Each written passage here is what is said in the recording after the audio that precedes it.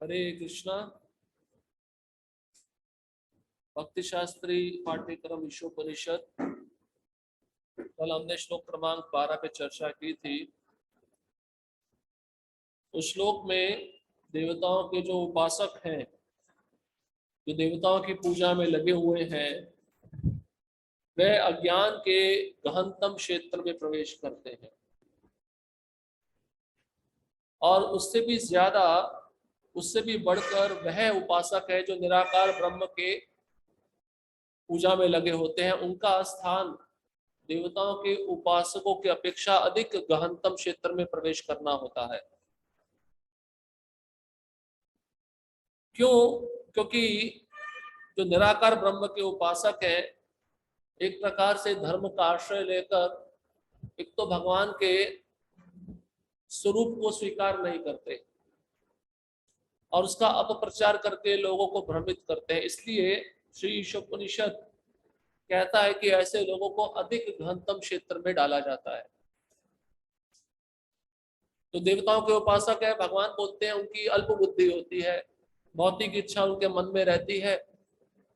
भौतिक इच्छा की पूर्ति के लिए देवी देवताओं के पास जाकर उनसे वरदान प्राप्त करके वे अपने दायरे में खुश रहते हैं। परंतु देवताओं से जो लाभ प्राप्त होता है वो क्षणिक होता है, वो स्थायी नहीं होता, क्योंकि देवता स्वयं स्थायी नहीं है। और देवताओं के जो उपासक होते हैं वे कभी तृप्त नहीं हो पाते। एक इच्छा पूर्ण होती है तो दूसरी इच्छा उनकी तैयार रहती है। इसलिए भगवान बारंबार भगवत गीता में उनको अल्प बुद्धि वाला कहते हैं, जिनके काम के द्वारा इंद्रियां भ्रमित हो चुकी हैं, असंतुष्ट है। इसलिए वह देवी देवताओं के पास भौतिक इच्छा की पूर्ति के लिए जाते हैं। और भगवान भी कहे हैं कि जो देवताओं की पूजा करता है वह देवताओं के पास जाएगा, जो पितरों की पूजा करता है वह पितरलोक में जाएगा, जो भूतों की पूजा करता है भूतलोक में जाएगा, और जो मेरी पूजा करता है वह मेरे पास आएगा। अगर उसकी तुलना में निराकार ब्रह्म के उपासकों को हम देखेंगे तो कल हमने चर्चा किया था धर्म ध्वजियों के बारे में, जो धर्म के आड़ में रहकर लोगों को गलत प्रचार करते हैं। तो 5 प्रकार के धर्म ध्वजी थे: विधर्म, आवास धर्म, पर धर्म, उपधर्म और छल धर्म। इसके हमने उदाहरण भी सुने थे कि लोग कलयुग में किस प्रकार से एक साधारण भोली भाली जनता को भ्रमित करते हैं, मूर्ख बनाते हैं। और प्रभुपाद जी यहाँ तक लिख देते हैं कि अपने को ईश्वर भी मनवाने लगते हैं, अपने अनुयायियों से अपनी पूजा करवाते हैं। एक तरह से जीवात्मा वह तटस्थ शक्ति है भगवान की, और वह भगवान के रूप में स्वयं को मानने लगते हैं। तो शास्त्र में ऐसा बताया गया, घोर निंदनीय अपराध है अगर जीवात्मा को भगवान के समान देखा जाएगा या भगवान के समान समझा जाएगा, ये घोर अपराध माना गया है। तो कलयुग में लोग भ्रमित होने के लिए तैयार रहते हैं, भ्रमित होते रहते हैं। अंधा यथा अंधे उपनीय माना, प्रहलाद महाराज कहते हैं एक अंधा दूसरे अंधे को गड्ढे में गिरा रहा है, गलत दिशा में लेकर जा रहा है। भागवतम के 6वें स्कंद में इंद्र इसके विषय में कहते हैं, ऐसे लोग जो भक्ति मार्ग को छोड़कर अन्य मार्ग में जाते हैं या भ्रमित हो जाते हैं, तो उनकी तुलना पत्थर की नाव से की गई है। इंद्र कहते हैं पत्थर की नाव में बैठे हैं, पत्थर की नाव कभी भी पानी में नहीं तैरती, डूब जाती है। तो भक्ति योग को छोड़कर अन्य मार्गों को स्वीकार करना या ऐसे भ्रमित व्यक्ति के पीछे चलना जो धर्म का आड़ लेकर लोगों को भ्रमित कर रहा है, पत्थर की नाव में बैठने के समान है। ऐसा व्यक्ति कभी भी इस भवसागर को पत्थर की नाव में बैठ के पार नहीं कर सकता। और प्रभुपाद जी कल के तात्पर्य में बताए कि अंतरिक्ष यान लेकर, वेदों में जो यज्ञ बताए उसका सहारा लेकर और यौगिक शक्ति से उच्च लोकों में जाया जा सकता है। पर पात्रता क्या है? चंद्रलोक में जाना है, सूर्य लोक में जाना है। पात्रता क्या है? पुण्य कर्म। पुण्य कर्म किए बिना हम उच्च लोकों में नहीं जा सकते, देवता हमको प्रवेश करने नहीं देंगे। तो अभी कोई प्रश्न पूछ सकता है कि चंद्रमा पे लोग गए हैं, भारत ने भी अभी यान छोड़ा था चंद्रयान, तो दिख तो रहा है कि वो यंत्र जा रहा है चंद्रमा की तरफ, पर वह चंद्रमा तक पहुंचा था क्या? नहीं पहुंचा था।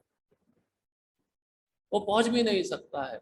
इसके पीछे बहुत सारे शास्त्रों के द्वारा देखा जाए तो कारण बताए गए हैं। जैसे प्रभुपाद जी स्वयं कहते हैं, चंद्रमा और पृथ्वी का जो डिस्टेंस है वो बहुत दूरी है। और त्रिशंकु की हमने कथा सुनी थी, वह बिना पुण्य कर्म किए स्वर्गलोक में जाना चाहता था, परंतु देवताओं ने उसको वहां पर प्रवेश नहीं करने दिया। तो यौगिक बल पे भी व्यक्ति नहीं जा पाएगा, तो साधारण एक यंत्र लेके कैसे जा सकता है? संभव ही नहीं है।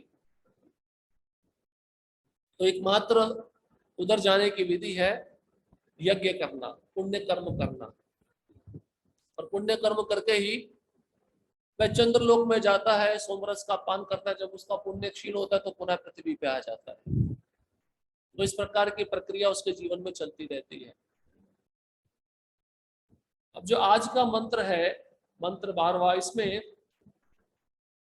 क्षमा करिए मंत्र 13वां, इसमें शीर्षोपनिषद कहता है कि भगवान की पूजा करने का एक फल प्राप्त होता है, और भगवान को छोड़कर जो दूसरों की पूजा में लगे हैं उसका एक अलग प्रकार का फल है।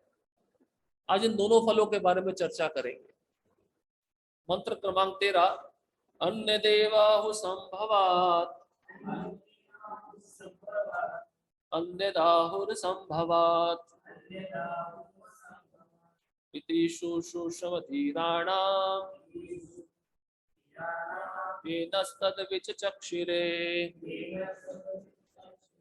अन्य देवाहु संभवात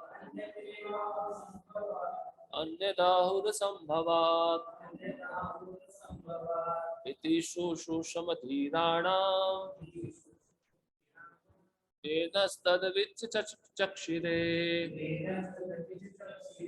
अन्य देवाहु संभवात अन्य दाहुर संभवात इति शुश्रूषमधीराणाम्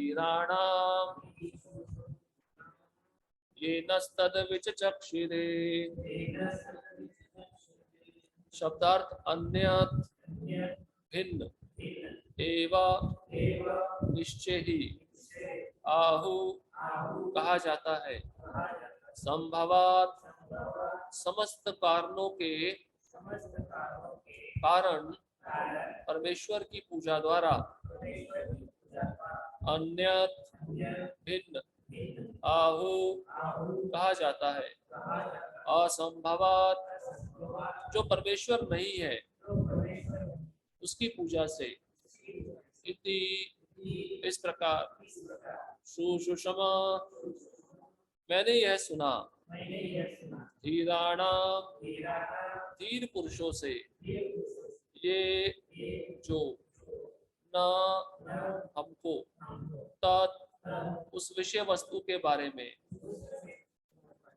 विचक्षिरे पूर्णतया बताया गया। अनुवाद और तात्पर्य जगत गुरु श्रील प्रभुपाद द्वारा श्रील प्रभुपाद की जय। अनुवाद, कहा जाता है कि समस्त कारणों के कारण स्वरूप परमेश्वर की पूजा करने से एक तरह का फल मिलता है, और जो परम सत्य नहीं है उसकी पूजा करने से दूसरी तरह का फल मिलता है। यह सब उन धीर पुरुषों से सुना गया है जिन्होंने इसका स्पष्ट रूप से वर्णन किया है। तो आपको एक कथा ज्ञात होगी नचिकेता की। नचिकेता ने यमराज से जो तीसरा प्रश्न पूछा था कि इस जगत से परे एक जगत है, आध्यात्मिक जगत, वैकुंठ जगत, वहां पे जीव कैसे जा सकता है? तो यमराज कहने लगे दो प्रकार के मार्ग हैं। एक इंद्र तृप्ति का मार्ग है और एक भक्ति का मार्ग है। इंद्र तृप्ति के मार्ग पर पूरा ट्रैफिक जाम है और उस मार्ग पे हर कोई आगे बढ़ना चाहता है, दूसरे को पीछे धकेलना चाहता है। और भक्ति के मार्ग में कोई है ही नहीं, पूरा रोड खाली पड़ा है, वहां पे व्यक्ति तेज गति से दौड़ता रहता है। इसको इस तरह से भी समझ सकते हैं, एक है प्रवृत्ति मार्ग, एक है निवृत्ति मार्ग। प्रवृत्ति मतलब जो भोग का मार्ग है, जिसमें टेम्परेरी बेनिफिट है, व्यक्ति जाएगा तो वापस आएगा। और जो निवृत्ति मार्ग है, वैराग्य का मार्ग है, भक्ति का मार्ग है, व्यक्ति उसमें जाता है, वो परमानेंट बेनिफिट है, वापस कभी भी नहीं आएगा। उसी का चर्चा है। भगवान की जो पूजा अर्चना में लगे हैं, भगवान की सेवा में लगे हैं, उनको एक विशेष प्रकार का फल मिलता है। और जो परम सत्य श्री कृष्ण को छोड़कर अन्य विधि विधानों में लगे हैं, उसमें सब आ गए, मायावादी आ गए, देवता आ गए, मनुष्यों में जो ईश्वर को पूजते हैं वे आ गए, उनको अलग प्रकार का फल मिलता है। तो जो कथा आपको बताई थी इसी से संबंधित है। अब देखिए, भगवान की पूजा करने पर तो शाश्वत लाभ मिलेगा। भगवान जैसे भगवत गीता में बताए, जो मेरी पूजा करता है कहाँ आता है? मेरे धाम में आता है। और मेरे धाम में आ ब्रह्म भुवना लोका पुनरावर्तिनो अर्जुना, मेरे धाम में पहुंचकर व्यक्ति पुनः इस जगत में नहीं आता, तो जन्म मृत्यु के चक्र से मुक्त हो जाता है। ये जीव के लिए सबसे बड़ा लाभ है, सुप्रीम बेनिफिट बोला गया है इसको। और जो क्षणिक लाभ है, जो संसार में जीव प्रयत्न करते रहते हैं, वो ज्यादा स्थायी नहीं रह पाता है। भगवान को छोड़कर अन्य मार्गों में जाना, इसको अस्थाई मार्ग बोला गया है, जिसपे व्यक्ति का पुनरागमन होता रहता है। अब श्रील प्रभुपाद जी कहते हैं, इस मंत्र से धीर पुरुषों से श्रवण करने की पद्धति प्रमाणित होती है।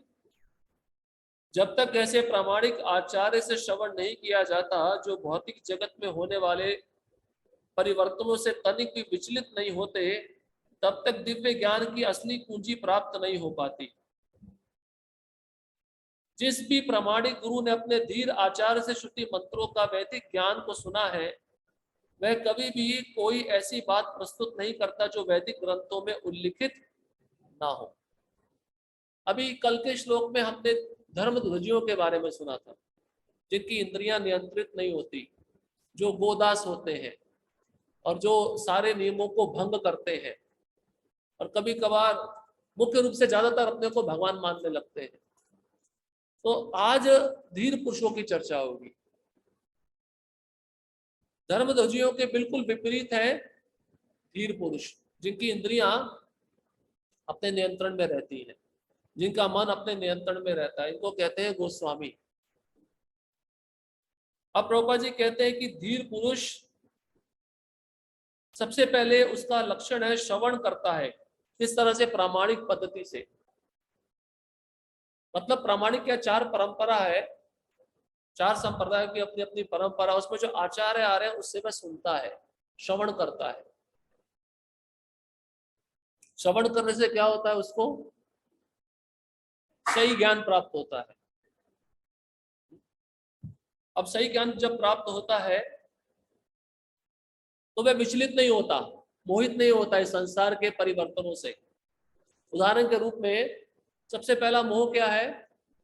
मैं शरीर हूं। वो अपने को कभी शरीर नहीं मानता। क्या मानता है अपने को? भगवान कृष्ण का नित्य दास मानता है। प्रभुपाद जी कहते हैं, जो मेरा बचपन का शरीर था अभी वो नहीं रहा, अभी वृद्धावस्था का शरीर हो गया। शरीर हर क्षण बदल रहा है, ये हम देख नहीं पाते, हम अनुभव नहीं कर पाते, परंतु जो धीर पुरुष होता है वो सब अनुभव करता है। वो जानता है आत्मा का अस्तित्व शाश्वत है और शरीर का अस्तित्व शाश्वत नहीं है। इसलिए वो शरीर की देहात्म बुद्धि से परे होता है। जैसे सुखदेव गोस्वामी उन्होंने अपने शरीर पे कोई वस्त्र नहीं पहना हुआ। मैंने एक कथा बताई थी, जनक महाराज के दरबार में गए थे, व्यासदेव ने उनको भेजा था। जनक महाराज को कहा था इनकी परीक्षा लो, वे धीर पुरुष है या नहीं है। सबसे पहले तो धीर पुरुष होता है उसको अपने मान सम्मान की कोई इच्छा नहीं होती। जब जनक महाराज के दरबार में गए तो किसी ने उनको सम्मान नहीं दिया, उन्होंने सम्मान की अपेक्षा भी नहीं की थी।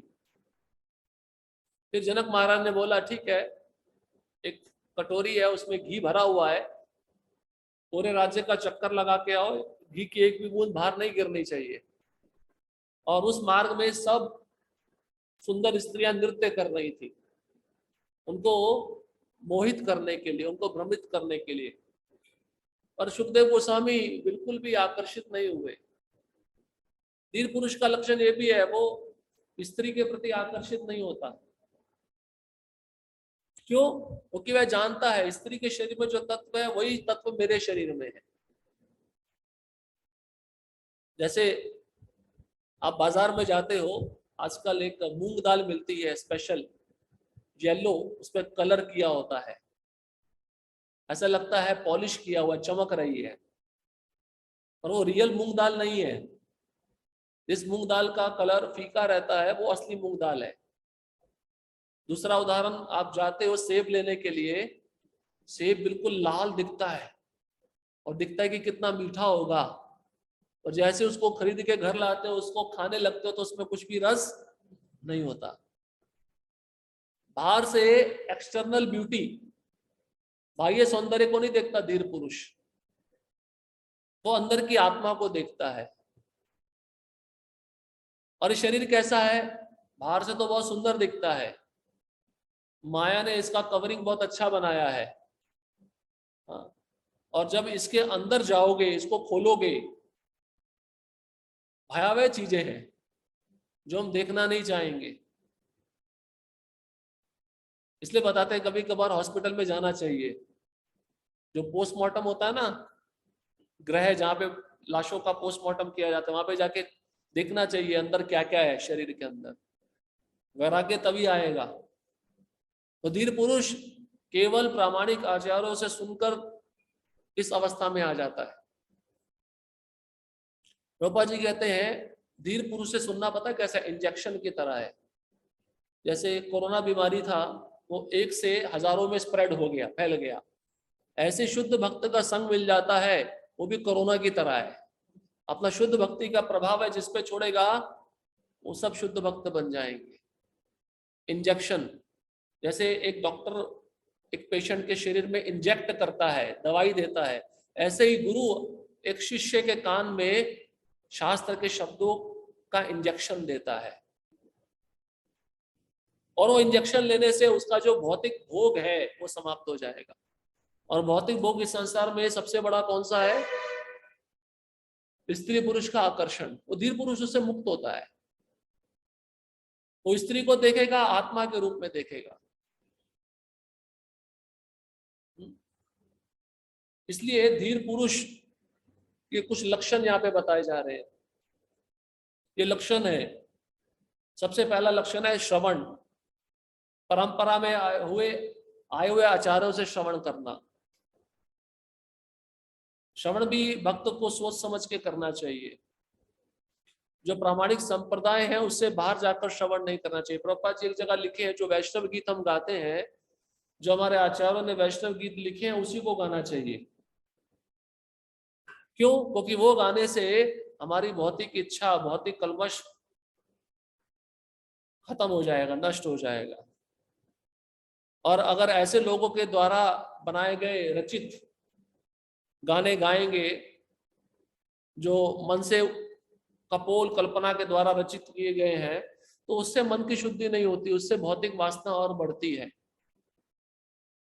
इसलिए धीर पुरुष का लक्षण है कि वह प्रामाणिक पद्धति से आचार्यों के मुख से श्रवण करता है।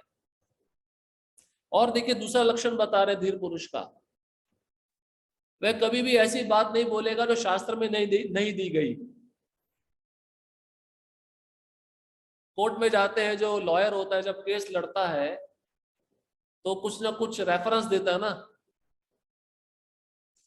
इंडियन पैनल कोड के अनुसार कुछ ना कुछ रेफरेंस देता है। इसका मतलब उसने लॉ की पढ़ाई की है। उसी प्रकार से जो धीर पुरुष होता है वो शास्त्र के अनुसार बोलेगा, शास्त्र के बाहर में जाके कभी भी कुछ भी नहीं बोलता। इसलिए प्रभुपाद जी देखिए धीर पुरुष है, जितनी भी पुस्तकें उन्होंने लिखी है, उन्होंने जहां जहां से श्लोक लिखे हैं वहां वहां से उन्होंने प्रमाण दिया है कि श्लोक कौन से शास्त्र से है, कौन से पुराण से है। इसका मतलब धीर पुरुष अपने मन से कुछ नहीं बोलता है। अब प्रभुपाद जी आगे कहते हैं, भगवत गीता 9.25 में स्पष्ट कहा गया कि जो पितरों की पूजा करते हैं वे पितृलोक को प्राप्त करते हैं। वे निपट भौतिकतावादी जो यही बने रहने की योजना बनाते हैं इसी लोक में रहते हैं, और भगवत भक्त जो समस्त कारणों के परम कारण भगवान कृष्ण के अतिरिक्त किसी और की पूजा नहीं करते, आध्यात्मिक आकाश में भगवान के धाम पहुंचते हैं। दो मार्ग है जहां पे प्रभुपाद जी बता रहे हैं। भगवत गीता 9.25 कौन सा श्लोक है? यान्ति देवव्रता देवान् पितॄन् यान्ति पितृव्रता भूतानि यान्ति भूतेज्या मध्य यान्ति मध्याजिनोऽपि माम्।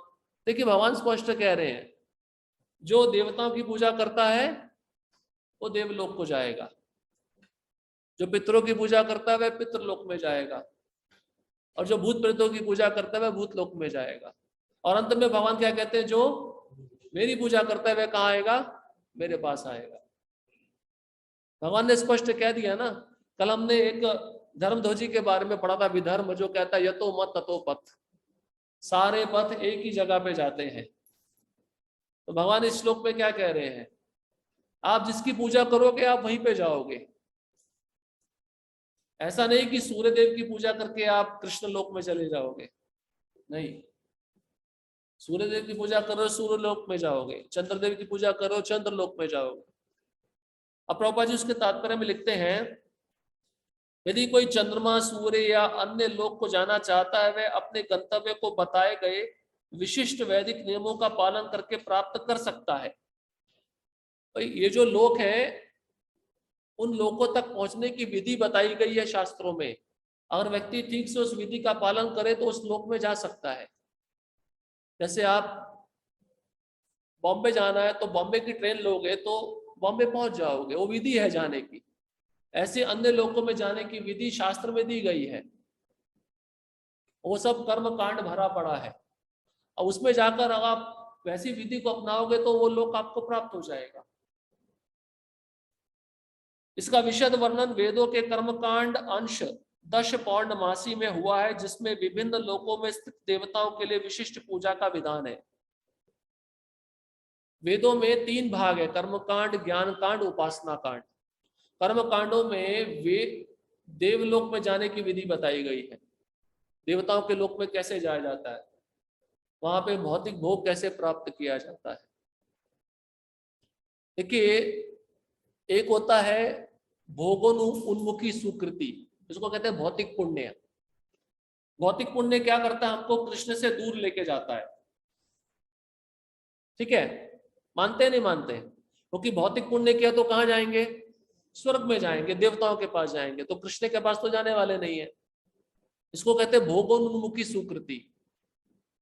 इसका उदाहरण है टाटा बिरला। इन्होंने बहुत पुण्य कर्म किए इसलिए इनको इतना पैसा मिला है। अब एक होता है भक्ति उन्मुखी सुकृति, उसका उदाहरण है अम्बरीश महाराज, फोर्ड कंपनी के मालिक, जो भक्त हैं और अपना सारा धन भगवान की सेवा में लगा रहे हैं। और जो भक्ति उन्मुखी सुकृति होती है वो कृष्ण के पास लेके जाती है, उसको आध्यात्मिक पुण्य बोलते हैं। एक होता है भौतिक पुण्य, एक होता है आध्यात्मिक पुण्य। भौतिक पुण्य हमको कृष्ण से दूर लेके जाता है, आध्यात्मिक पुण्य हमको कृष्ण के पास लेके जाता है। उसको अज्ञात सुकृति भी कहते हैं। हमने अज्ञातवश किसी भक्त की सेवा कर दी तो भगवान प्रसन्न हो जाते हैं। उस सेवा से भगवान उस जीव को आगे भी भक्तों का संग प्रदान करते हैं।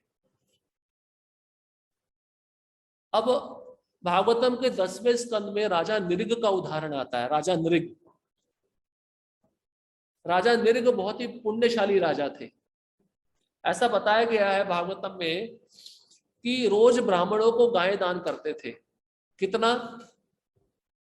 वर्षा होती है, बारिश होती है, उसकी बूंदें गिरती है, आप गिन नहीं सकते ना, उससे ज्यादा गाय दान करते थे। ये पुण्य हुआ ही हुआ। अब समस्या क्या हुई, उन्होंने जब एक ब्राह्मण को 10,000 गायें दान कर दी, सोने के खुर वाली और चांदी से मड़ी हुई और एक बछड़े के साथ में, तो दूसरे दिन दूसरे ब्राह्मण को भी इतना गाय दान किया। अचानक से जो पहला वाला ब्राह्मण था, उसके झुंड से एक गाय निकल के दूसरे ब्राह्मण के झुंड में चली गई। अब दोनों ब्राह्मणों में विवाद हो गया, झगड़ा हो गया कि तूने मेरी गाय ली है, वो कहता नहीं ये मेरी गाय है, वो कहता है ये मेरी गाय है। अब ये झगड़ा पहुंचा राजा नृग के पास, क्योंकि उनको फैसला करना है, राजा है। अब वो फैसला समय पे नहीं ले पाए और उनकी मृत्यु हो गई। यमराज के दूत आ गए, तो यमराज के पास जब लेके गए, यमराज ने देखा पुण्य का अकाउंट तो बहुत ज्यादा है। तो यमराज ने पूछा, पहले पुण्य का फल भोगना चाहते हो या जो पाप किया उसका फल भोगना चाहते हो? तो राजा ने बोला पहले पाप का फल दे दो। ठीक है, देखो पूरे जीवन में सब पुण्य किया था, खाली एक पाप हो गया था। वो कौन सा था? सही समय पे निर्णय नहीं लिया, उसका उनको अपराध मिला, छिपकली बन गए। छिपकली, लिजर्ड, राजा नृग। मतलब इतना पुण्य करके भी व्यक्ति संसार में बचा हुआ नहीं है। और छिपकली भी कहां बने? द्वारका में बने। भौतिक पुण्य किया जो कृष्ण से उनको दूर ले गया, पर द्वारका में छिपकली के रूप में जन्मे, वो कृष्ण के पास आ गए। कैसे? एक दिन कृष्ण के सभी पुत्र खेल रहे थे, सांब आदि इत्यादि, उन्होंने छिपकली को देखा, बड़ी विचित्र छिपकली है, कुएं में गिरी हुई है। तुरंत जाके अपने पिता कृष्ण को बताया। कृष्ण आए और कृष्ण ने अपने चरणों से स्पर्श किया, उनको पुनः राजा जैसा शरीर प्राप्त हो गया। तो द्वारका में जन्म लेना, भगवान के चरणों को स्पर्श करना, यह आध्यात्मिक पुण्य हो गया। उसके बाद में फिर कृष्ण पूछे कि आपको ये शरीर क्यों मिला? उनको तो पता है, पर ये द्वारका वासियों को शिक्षा देने के लिए कि ब्राह्मणों के प्रति जो अपराध करता है उसका क्या परिणाम होता है। फिर दूसरा उदाहरण नलकूबर मणिग्रीव का मिलता है। ये दोनों कुबेर के पुत्र, शिवजी के पार्षद, और बहुत सुंदर शरीर। किसी को सुंदर शरीर मिल जाए, ये अच्छा है या बुरा है? हाँ? अच्छा है या बुरा है? नहीं, बुरा है, क्योंकि वो कृष्ण से दूर लेके जाएगा। कुंती महारानी बोली है, अच्छा सौंदर्य, अच्छे कुल में जन्म लेना, अच्छा धन, नाम, यश, ये सब कृष्ण से दूर लेके जाता है। इसलिए जो अकिंचन गोचर भक्त है, जिनके पास ये नहीं है, वो कृष्ण को जल्दी प्राप्त कर लेंगे। पर इनका भाग्य देखो, नारद मुनि ने श्राप दिया तो इनके लिए अच्छा हुआ या बुरा हुआ? अच्छा हुआ, क्योंकि कहाँ जन्म लिया? नंद बाबा के आंगन में वृक्ष के रूप में जन्म लिया, कृष्ण की लीलाएं देखते रहते थे। ये हो गया आध्यात्मिक पुण्य। और तीसरा उदाहरण है इंद्र का। इंद्र ने गौतम की पत्नी अहिल्या के साथ गलत कार्य किया था। गौतम ने अपनी पत्नी को तो श्राप दे दिया, वो पत्थर बन गई, और इंद्र को भी श्राप दिया था। इसलिए इंद्र का एक नाम पड़ा सहस्त्राक्ष। 1000 आंखें हैं इंद्र की शरीर पे। आपके सामने ऐसा व्यक्ति आ जाए जिसके शरीर पे 1000 आंखें हो, आप डर जाओगे। तो वही इंद्र जब मायापुर में आया, तपस्या करने लगा गोद्रूप द्वीप में, उसे जब गौरांग महाप्रभु को 1000 आंखों से देखा, तो उसके 1000 आंखें का होना सफल हो गया। ये उसके लिए आध्यात्मिक पुण्य हो गया। तो आध्यात्मिक पुण्य हमें कृष्ण के पास लेके जाता है। और संसार के लोग जो भौतिक पुण्य में लगे हैं, जो स्वर्ग लोग जाना चाहते हैं, वो कृष्ण से दूर हो जाते हैं। तो आज का श्लोक यही बता रहा है कि आप देवलोक जाना चाहते हो, देवलोक जा सकते हो, और उसकी विधि है, उसका विधि विधान कर्म कांड में दिया है। और जो कृष्ण की भक्ति में लगा है, वो उपासना कांड में आता है। उसका वो पाप और पुण्य से कुछ भी लेना देना नहीं है। जैसे देखिए, कर्म है, अकर्म और विकर्म। कर्म क्या है? जो शास्त्र के अनुसार किया जाता है, इंद्र तृप्ति में रहकर, उसको कहते हैं कर्म। विकर्म क्या है? जो शास्त्र के विरुद्ध किया जाता है, जिसको कहते हैं पाप। और अकर्म क्या है? भगवान की भक्ति, जो पाप पुण्य से परे है। अब जीवात्मा जब यहां से जाता है सूक्ष्म शरीर लेकर, भक्ति नहीं किया तो उसके साथ में ये दोनों कर्म जाएंगे, कर्म और विकर्म। पर जो भक्त है उसके साथ में कर्म विकर्म नहीं जाएगा, उसके साथ में अकर्म जाएगा, जो उसको इस संसार से मुक्त कर देगा, बंधन से छुड़ा देगा। इसलिए कहा जाता है जब तक आपके अकाउंट में पाप और पुण्य है तब तक आप भगवत धाम नहीं जा सकते। भगवत धाम तभी जाओगे जब आपका पाप भी शून्य हो जाएगा और पुण्य भी शून्य हो जाएगा, तभी भगवत धाम जा सकते हैं। भक्तों का पाप पुण्य कैसे घटता है, कैसे बढ़ता है? भक्ति में अगर कष्ट मिल रहा है, दुख मिल रहा है, तो मतलब पाप नष्ट हो रहा है। और भक्ति में अगर सुकून मिल रहा है, आराम मिल रहा है, तो पुण्य नष्ट हो रहा है। दोनों ही नष्ट होना चाहिए। और भक्त को ऐसा नहीं सोचना चाहिए सुकून मिल रहा है तो मैं अभी आराम से रहूं, मैं सेवा नहीं करूंगा। उसे और मेहनत करके सेवा करना चाहिए, पूरा परिश्रम लगाना चाहिए। और प्रभुपाद जी तात्पर्य में आगे कहते हैं ईशोपनिषद के उसी श्लोक में, श्री ईशोपनिषद में यहाँ पर भी पुष्टि की गई है कि विभिन्न प्रकार की पूजा से भिन्न प्रकार के फल प्राप्त होते हैं। यदि हम परमेश्वर की पूजा करते हैं तो हम अवश्य उनके सनातन धाम में उनके पास पहुंचेंगे, और यदि हम सूर्यदेव अथवा चंद्रदेव जैसे देवताओं की पूजा करते हैं तो हम निस्संदेह उनके लोकों में पहुंच जाएंगे। किंतु यदि हम अपने योजना आयोगों तथा अपनी काम चलाऊ राजनीतिक जोड़ तोड़ से इसी मनहूस ग्रह में बने रहना चाहते हैं तो निश्चित रूप से हम वह भी कर सकते हैं। प्रभुपाद जी कहते हैं अपना प्लानिंग बनाते रहो, मैं ये करूंगा, मैं वो करूंगा, और ये योजना बनाते बनाते इसी मनुष्य ग्रह में रहो, विभिन्न प्रकार की योनियों में आते रहो। ये आपके ऊपर निर्भर करता है कि आप कौन से लोक में जाना चाहते हो, कृष्ण के पास जाना चाहते हो या यहीं पे बने रहना चाहते हो। तो व्यक्ति जब तक अपनी योजना बनाता रहेगा तब तक वह इस जगत में बना रहेगा। इसलिए उसको क्या करना पड़ेगा, कृष्ण की योजना के अनुसार चलना पड़ेगा, तभी वो कृष्ण को प्राप्त कर सकता है। अब प्रभुपाद जी आगे कहते हैं प्रामाणिक शास्त्रों में कहीं भी यह नहीं कहा गया कि मनुष्य कुछ भी करके या किसी की भी पूजा करके अंततोगत्वा एक ही लक्ष्य पर पहुंचेगा। सुना आपने कभी ऐसा सिद्धांत शास्त्र में? कुछ भी कर लो, काली की पूजा करो, चंडी की पूजा करो, कृष्ण के पास जाओगे, ऐसा सुना है कभी? नहीं सुना। उसका आगे प्रभुपाद जी उदाहरण देंगे। ऐसे मूर्खतापूर्ण सिद्धांत स्वतः निर्मित गुरुओं द्वारा प्रस्तुत किए जाते हैं। प्रभुपाद जी कह रहे हैं स्वतः निर्मित, जो स्वयं को गुरु मान के दूसरों को दीक्षा दे रहे हैं, ऐसा सिद्धांत वही लोग बोलते हैं कि जो कुछ भी करो आपको भगवान का धाम प्राप्त हो जाएगा। आप मांस खाओ, मछली खाओ, मदिरा पान करो, आप भगवान के धाम पहुंचोगे। इसको कहते हैं स्वनिर्मित गुरु।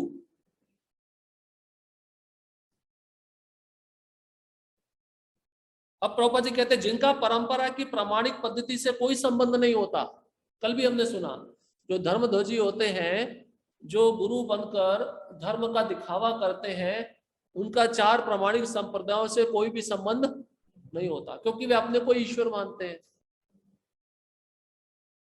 बिशक सेन था, एक योगी था, तो अपने को जगन्नाथ मानता था और स्पष्ट बोलता था वो जो जगन्नाथ बैठा है पुरी में लकड़ी का, उसकी पूजा मत करो, मेरी पूजा करो।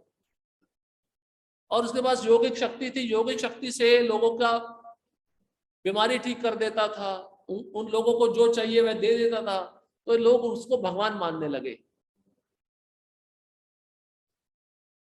अब लोग उसको इतना मानने लगे कि उसकी अनुयायी बढ़ने लगे। और जब भक्ति विनोद ठाकुर उस समय जगन्नाथपुरी के डिस्ट्रिक्ट मैजिस्ट्रेट थे, ब्रिटिश राज में उस समय बहुत बड़ी पदवी उनको प्राप्त थी, तो उन्होंने निश्चय कर लिया इस धर्मध्वजी को मैं अरेस्ट करूंगा, गिरफ्तार करूंगा। अपनी सेना लेके गया, फौज लेके गए पूरी।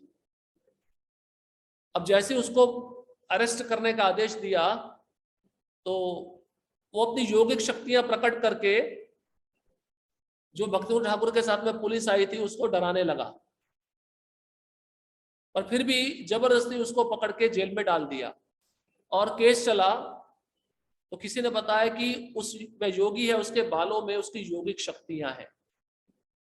और अचानक से भरी अदालत में एक बड़ी कैंची लेकर एक ब्रिटिश ऑफिसर ने उसके बाल काट दिए, और जैसे ही बाल काट दिए उसकी यौगिक शक्ति समाप्त हो गई। उसने तीसरे दिन जेल में फांसी लगा लिया, जो अपने को जगन्नाथ बोलता था।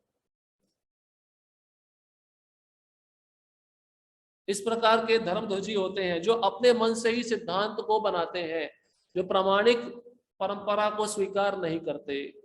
उसके पश्चात कहते हैं कोई भी प्रामाणिक गुरु यह नहीं कह सकता कि सारे मार्ग एक ही लक्ष्य को जाते हैं, और कोई भी मनुष्य इस लक्ष्य को अपनी विधि से की गई देवताओं की या परमेश्वर की पूजा या किसी की भी पूजा से प्राप्त कर सकता है। मतलब वो आजकल तो ऐसा भी चलता है ना, वही बात आ जाती है। देखा जाए शास्त्र में एकादशी के दिन रात भर जागना चाहिए, और रात भर जाग के क्या करना चाहिए?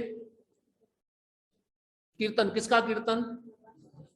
कृष्ण का कीर्तन, विष्णु का कीर्तन। क्योंकि प्रहलाद महाराज ने स्पष्ट बोला है, श्रवणम कीर्तनम विष्णु स्मरणम। वहां पे विष्णु शब्द आया, किसी देवता का शब्द नहीं आया। अब हम क्या करते हैं, आपने देखा वो उत्तर भारत में प्रथा है माता का जगराता,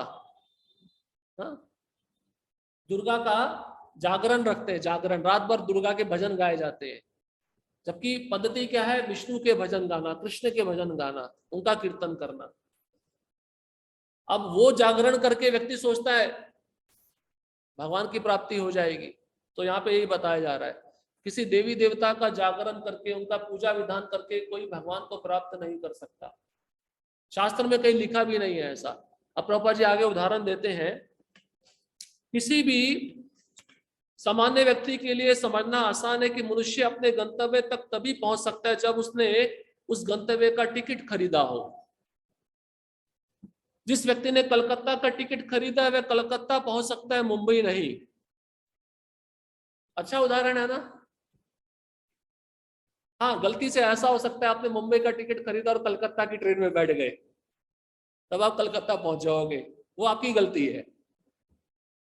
परंतु टिकट जिस ट्रेन का खरीदा है, जिस गंतव्य स्थान का खरीदा है, अगर आप उसी ट्रेन में बैठोगे तो उसी गंतव्य स्थान तक पहुंचोगे।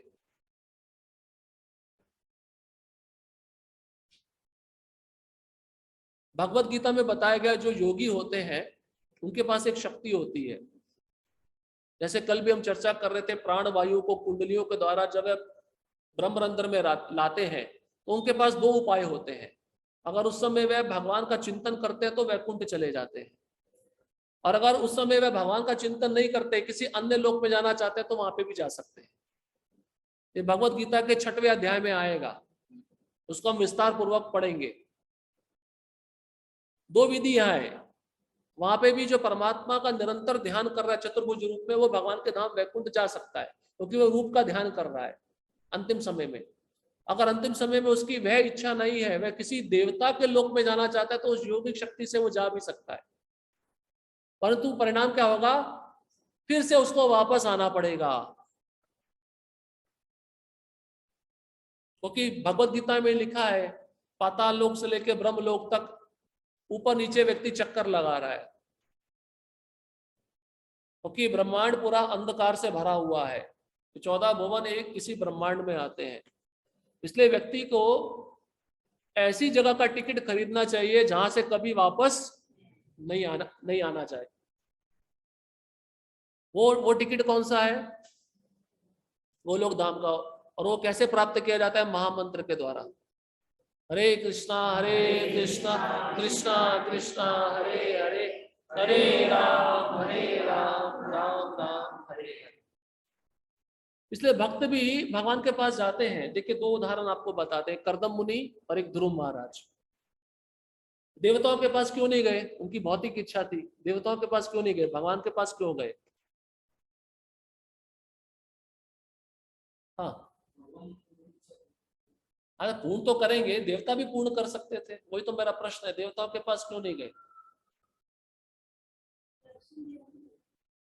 उन दोनों का भगवान ने सबसे पहले हृदय शुद्ध किया। भगवान, देवता लोग अपने उपासकों का हृदय शुद्ध नहीं करते, ध्यान रखना, वो भौतिक भोग में लगा देते हैं। भगवान पहले अपने उपासक का हृदय शुद्ध करते हैं। अगर आप ध्रुव महाराज का चरित्र पढ़ेंगे, ध्रुव महाराज ने जब दर्शन किया तो उन्होंने क्या प्रार्थना में बोला, मैं तो कांच का टुकड़ा मांगने आया था, मुझे हीरा मिल गया। हृदय शुद्ध हो गया ना, मुझे अभी कुछ नहीं चाहिए। वो अगर अब मिल भी गया और रो रहे थे, घर जाते समय रो रहे थे। मैंने यहां तक वर्णन है कि उन्होंने बोला, अपने मन में ऐसा सोचा कि मेरा दशा कैसा था, एक बूढ़ी स्त्री के समान था जिसके सिर पे बहुत बोझा था। उसको सिर पे बोझा रख के बहुत दर्द हो रहा था, तो राजा पास से जा रहा था, तो राजा ने उस बूढ़ी औरत का दशा देखकर पूछा, तुमको किसी मदद की आवश्यकता है क्या? उस बूढ़ी ने बोला, जहां पे दर्द हो रहा है उठा के सामान मेरा इधर रख दो। ध्रुव महाराज बोल रहे मेरी यही दशा है, मैं भगवान का दर्शन करके भगवत धाम जा सकता था, मेरी मति क्यों मारी गई? उन्होंने यहां तक लिखा, देवताओं ने मेरी मति मार दी। वहां तक ये वर्णन है, देवताओं ने मेरे को भ्रमित कर दिया। और दूसरा, कर्दम मुनि जो शादी करना चाहते थे, 10,000 साल तपस्या किए। अब आप सोचोगे 10,000 साल तपस्या किया और भगवान ने बोला क्या चाहिए? बोले मुझे शादी करना है। हे भगवान, बोले कैसे? ब्रह्मा जी के पुत्र ने कर्दम मुनि, साधारण नहीं है वो। पर उनका वैराग्य देखो, उन्होंने क्या शर्त रखा कि जैसे ही मेरी शादी होगी, बच्चा होगा, मैं तुरंत घर छोड़ दूंगा। तो भगवान की भक्ति ऐसी है कि जो कोई भी कलमश लेकर आता है, भगवान पहले उसके हृदय को शुद्ध करते हैं, और शुद्ध हृदय शुद्ध हो जाता है, फिर उसके मन में कोई भौतिक कामना नहीं रहती। यही कृष्ण और देवताओं में अंतर है। देवताओं के पास जाओगे, आपका आपका भौतिक भोग बढ़ाते रहेंगे, और कृष्ण के पास जाओगे, पहले आपका भौतिक भोग कम करेंगे, शुद्धि की अवस्था पे लाएंगे, फिर आपको अपने धाम में लेके चले जाएंगे। कल भी बताया आपको, माता पिता तो बच्चे का हित चाहते हैं ना। एक मिठाई का उदाहरण बताया था आपको, तो माँ कभी नहीं चाहेगी कि मेरा बच्चा बीमार हो जाए, चाहे महंगी मिठाई खा ले चलेगा, पर बीमार नहीं होना चाहिए। इसलिए भगवान पहले अपने भक्त के हृदय को शुद्ध करते हैं, फिर उसको शुद्ध भक्ति प्रदान करके उसको अपने धाम में लेके जाते हैं। इसलिए कर्दम मुनि और ध्रुव महाराज का उदाहरण याद रखना चाहिए। इसलिए शास्त्र यही कहता है, भौतिक इच्छा भी है, राधा श्याम सुंदर के पास आओ, उनसे मांगो, देवी देवता के पास मत जाना। हमारे आचार्य गौड़ीय वैष्णव परंपरा में नरोत्तम दास ठाकुर देवताओं को डायन बोले हैं। डायन, देवता डायनों की तरह होते हैं, डायन भूत पिशाच की तरह, एक बार चिबड़ जाते हैं तो छोड़ते नहीं है। और देवताओं के उपासक बड़ी बड़ी पूजा करेंगे, पर फल कितना मिलेगा? छोटा, तिल के समान। और कृष्ण की पूजा, पत्रम पुष्पम फलम तोयम, प्रेम पूर्वक ये चढ़ा दिया, कृष्ण उसको पहाड़ के समान दे देते हैं। यही कृष्ण का अद्भुत चरित्र है। इसलिए प्रभुपाद जी कहते हैं कि जो व्यक्ति जिस जगह का टिकट खरीद रहा है वो वहीं पे जाएगा। फिर भी तथाकथित गुरु कहते हैं कि कोई भी पथ तथा सारे मार्ग किसी को परम गंतव्य तक ले जा सकते हैं। ऐसे सांसारिक तथा समझौतावादी प्रस्ताव अनेक मूर्ख प्राणियों को आकर्षित करते हैं, जो उनके द्वारा निर्मित आध्यात्मिक साक्षात्कार की विधियों से गर्वित हो उठते हैं। लेकिन वैदिक आदेश उनका समर्थन नहीं करते जब तक कोई प्रामाणिक गुरु से ज्ञान ना प्राप्त करे। जो गुरु शिष्य परंपरा द्वारा मान्य श्रेणी में है, तब तक उसे असली वस्तु यथा रूप में प्राप्त नहीं हो सकती। कृष्ण भगवद गीता 4.2 में अर्जुन से कहते हैं, एवं परंपरा प्राप्तम एवं राजर्षयो विदु स काले नेह महता योगो नष्ट परंतपा। यह परम विज्ञान इस प्रकार गुरु शिष्य परंपरा से प्राप्त हुआ था, और राज ऋषियों ने इसे इसी प्रकार से समझा। लेकिन कालांतर में यह परंपरा टूट गई और अब यह विज्ञान अपने यथा रूप में लुप्त प्राय हो गया प्रतीत होता है। अब प्रभु जी कहते हैं, फिर भी ऐसे कई गुरु हैं जो ऐसा सिद्धांत प्रस्तुत करते हैं कि किसी भी मार्ग को स्वीकार करो, आपको परम गंतव्य प्राप्त हो जाएगा, जो कि बिल्कुल गलत है। और ऐसे लोग समझौता करते हैं संसार से और अन्य अनेक प्राणियों को आकर्षित करते हैं इस लोभ के द्वारा। जैसे कल भी बताया, एक संस्था है, वो क्या करती है, भगवान का विग्रह नहीं रखा है, उन्होंने अपने गुरु का विग्रह रखा है और बोलते ये ठाकुर है, इन्हीं की पूजा की जाती है, हम इन्हीं को भगवान मानते हैं।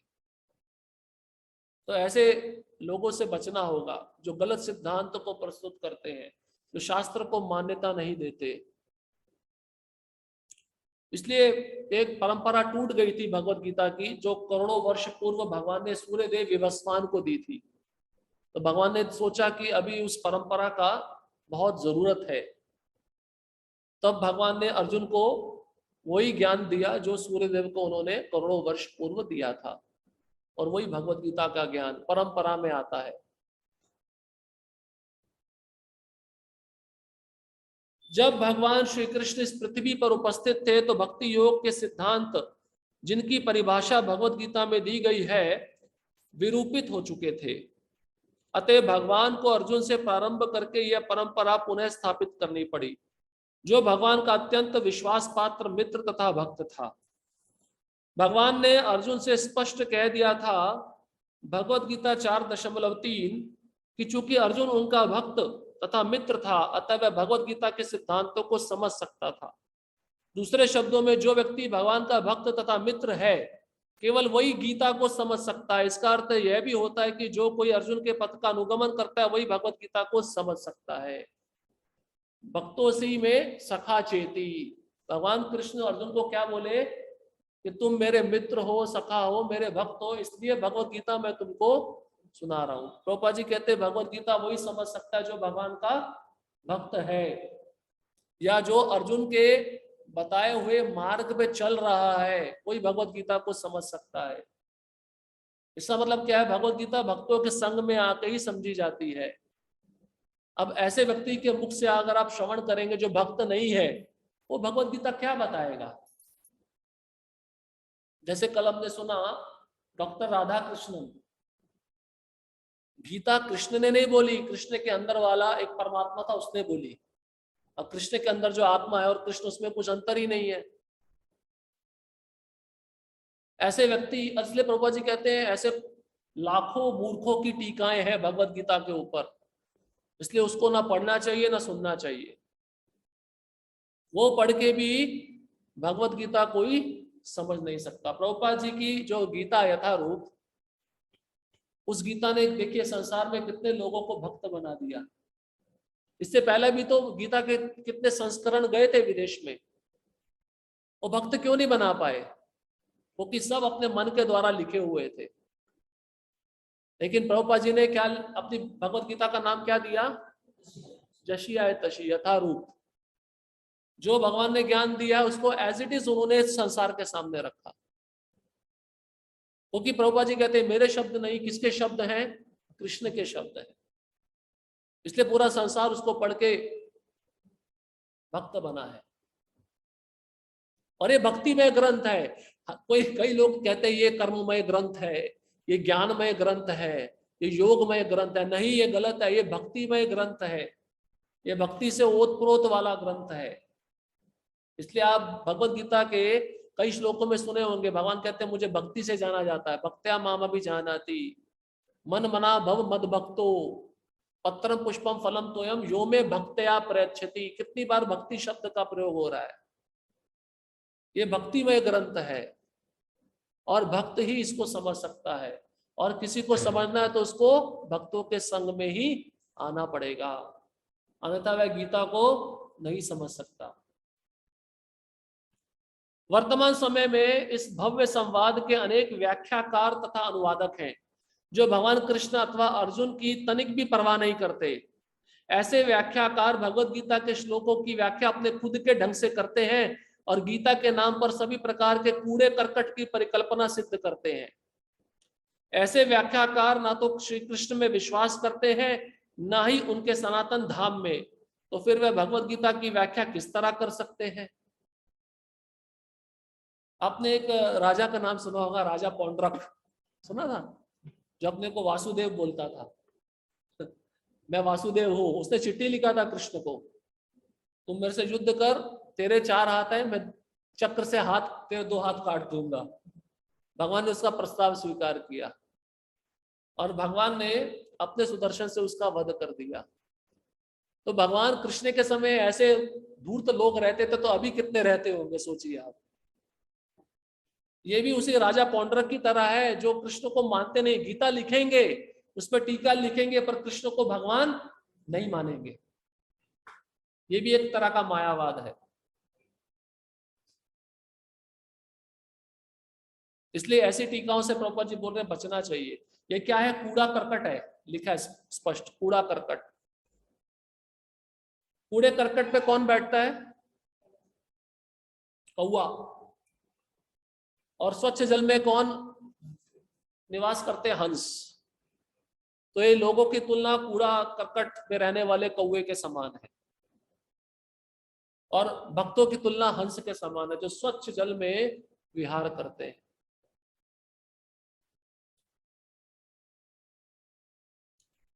कृष्ण स्पष्ट कहते हैं कि जिन लोगों की बुद्धि मारी गई है, वे ही तुच्छ फलों के लिए देवताओं की पूजा करते हैं। भगवत गीता 7:20-23 अंततो गत्वा कृष्ण उपदेश देते कि मनुष्य पूजा के अन्य सारी पद्धतियों को त्याग कर मात्र उन्हीं की शरण ग्रहण करे। भगवत गीता 18:66 जो लोग सारे पाप कर्मों के फलों से शुद्ध हो चुके हैं, केवल वे ही भगवान में अटूट श्रद्धा रख सकते हैं। कौन सा श्लोक है? सर्वधर्मान परित्यज्य मामेकम शरणं व्रज अहम त्वाम सर्व पापेभ्यो मोक्षयिष्यामि मा शुचा। अन्य लोग अपनी तुच्छ पूजा विधियों को लेकर भौतिक स्तर पर मंडराते रहेंगे और असली पथ से इस भ्रम के कारण विपत हो जाएंगे कि सारे पथ एक ही लक्ष्य को ले जाते हैं। अब देखिए, भागवतम में एक बहुत सुंदर श्लोक आता है। ये श्लोक दर्शाता है कि भगवत धाम कैसे जाया जा सकता है। श्लोक क्रमांक स्कंद 2 अध्याय 6वां श्लोक क्रमांक 20। पादस्त्रयो बहिश्चासन प्रजानाम या आश्रमा अंतस्त्रिलोक्यास्त्वपरो ग्रहमेधो अबृहद्व्रता।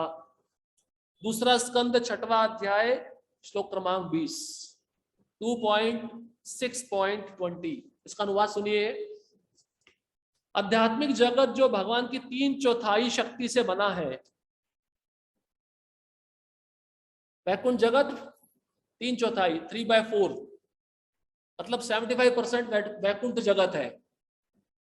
इस भौतिक जगत से परे स्थित है और यह उन लोगों के निमित्त है जिनका पुनर्जन्म नहीं होता। मतलब वही बात आ गई, वहां पे जाकर कोई दोबारा इस संसार में नहीं आता। अन्य लोग जो गृहस्थ जीवन के प्रति आसक्त हैं, बहुत ही महत्वपूर्ण बात बता रहा है भागवतम। अन्य लोग जो गृहस्थ जीवन के प्रति आसक्त है और ब्रह्मचर्य व्रत का कठोरता से पालन नहीं करते, उन्हें 3 लोगों के अंतर्गत ही रहना होता है। 3 लोग कौन से? ये भौतिक जगत। गृहस्थ आश्रम में रह के भी ब्रह्मचर्य व्रत का पालन करना होगा। कैसे पालन करना चाहिए गृहस्थ आश्रम में रहकर ब्रह्मचर्य व्रत का? अपनी पत्नी से संतुष्ट रहना, दूसरी स्त्री से आसक्त नहीं होना, और संतुष्टि ऐसे रखना अपनी पत्नी से भी आसक्त नहीं होना, एक ड्यूटी के रूप में, रिस्पॉन्सिबिलिटी के रूप में कार्य करना, तभी वो भगवत धाम जा सकता है। इसलिए यहाँ पे एक शब्द आया है अबृहत व्रता। अबृहत व्रता मतलब कठोर ब्रह्मचर्य व्रत का पालन किए बिना कोई भी वैकुंठ जगत नहीं जा सकता। इसलिए गृहस्थ को भी गृहस्थ ब्रह्मचारी कहा जाता है, अगर वह अपनी पत्नी के साथ में रहकर धर्म की पद्धति का पालन करता है। अब उसके तात्पर्य में प्रभुपाद जी देखिए क्या लिखते हैं। श्रीमद् भागवत के इस श्लोक में वर्णाश्रम धर्म या सनातन धर्म की पराकाष्ठा का स्पष्ट उल्लेख किया गया है। मनुष्य को जो सबसे बड़ा लाभ प्रदान किया जा सकता है, वह उसे विषय जीवन से विरक्त होने की शिक्षा देने का दान है, क्योंकि विशेष रूप से विषय वासना में लिप्त रहने के कारण ही बद्ध जीवन जन्म जन्मांतर चलता रहता है। तो मनुष्य शरीर किस लिए मिला है? विषय वासना से ऊपर उठकर भगवत धाम जाने के लिए मिला है। तो ऐसा ट्रेनिंग उसको मिलना चाहिए, विषय वासना से ऊपर उठने का। वो ट्रेनिंग किस आयु में दिया जाता है?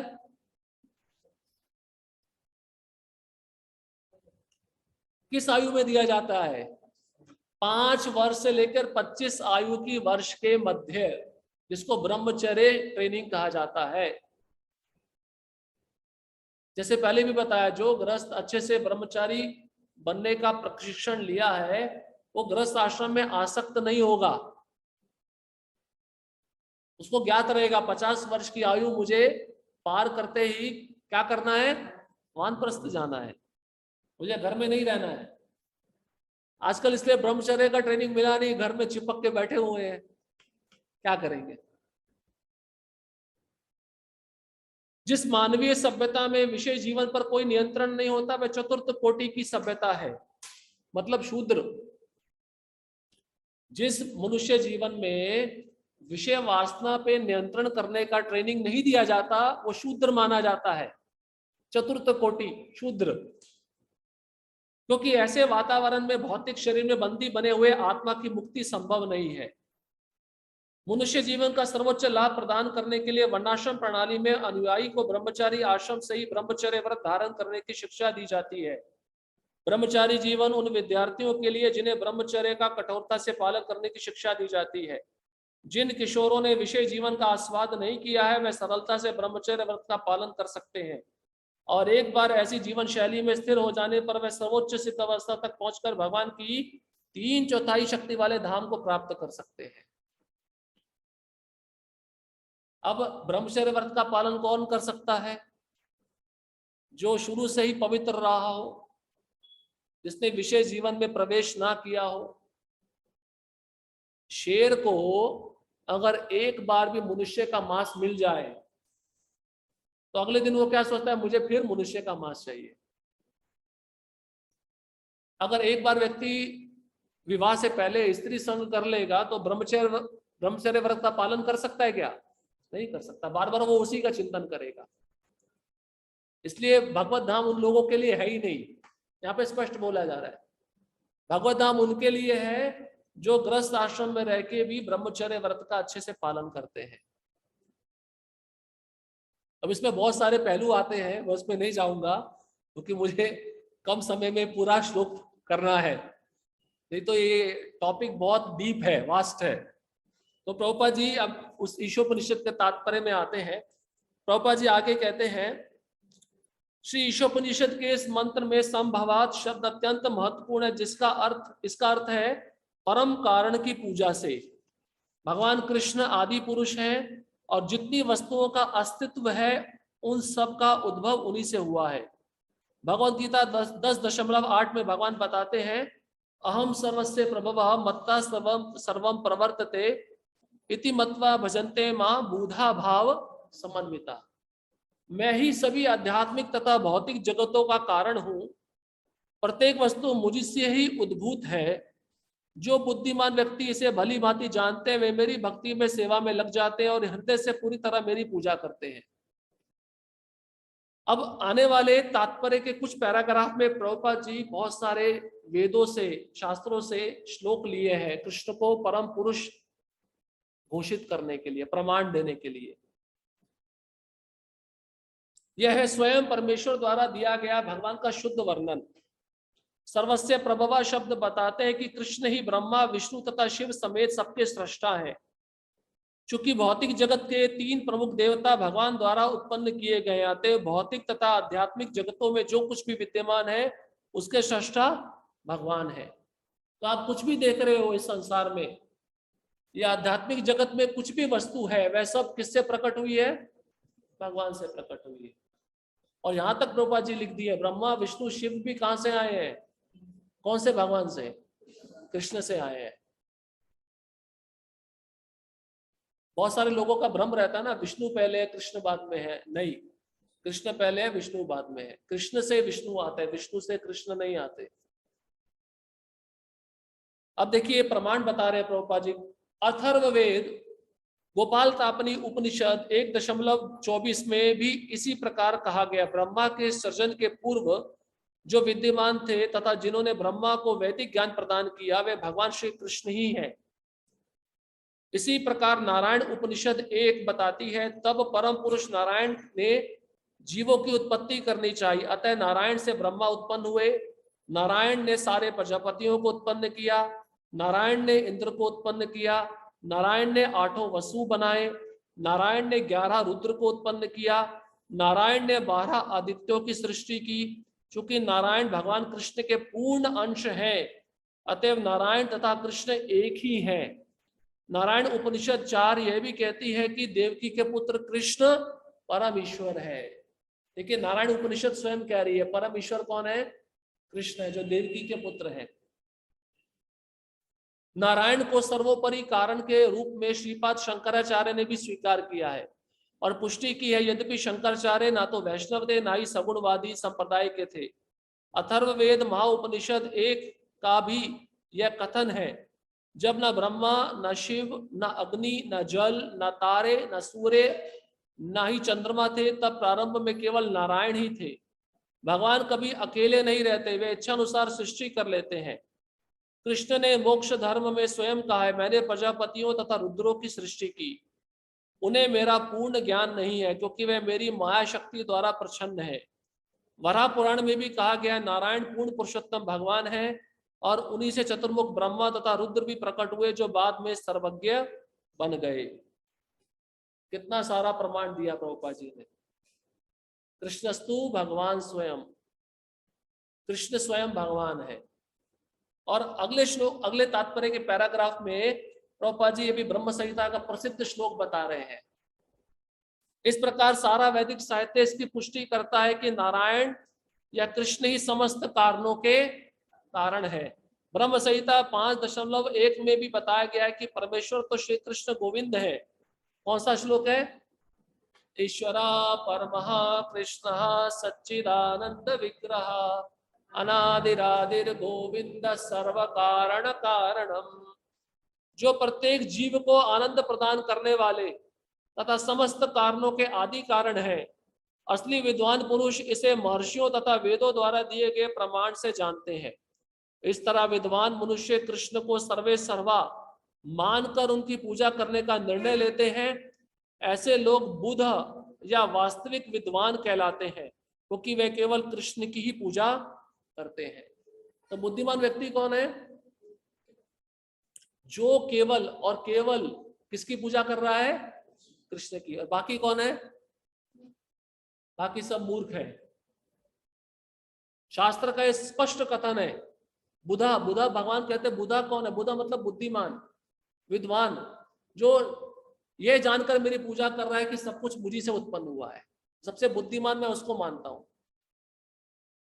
और जो इस सिद्धांत को नहीं मानता, तो बुद्धिमान का विपरीत क्या होता है?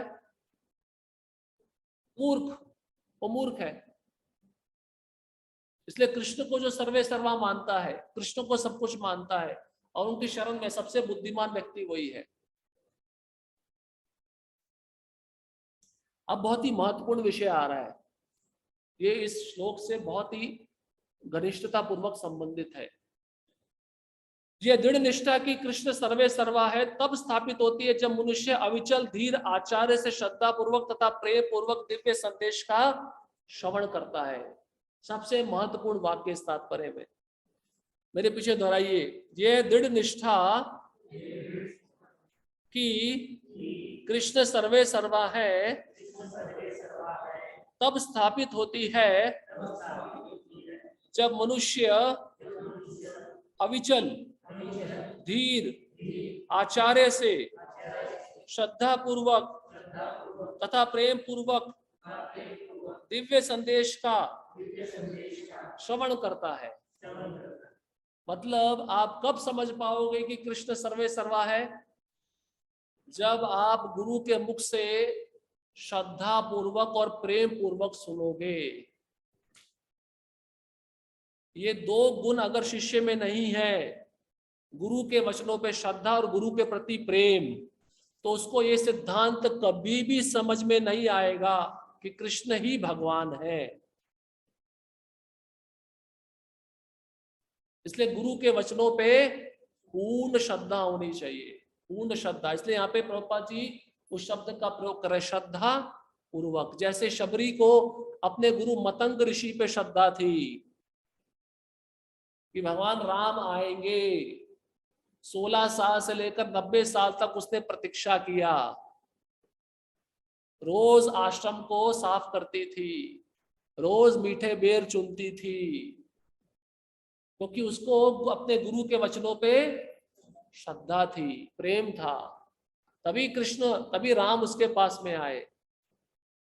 अगर ऐसी श्रद्धा और प्रेम अगर आपके अंदर होगा अपने गुरु के प्रति, तो कृष्ण आपके पास भी आएंगे।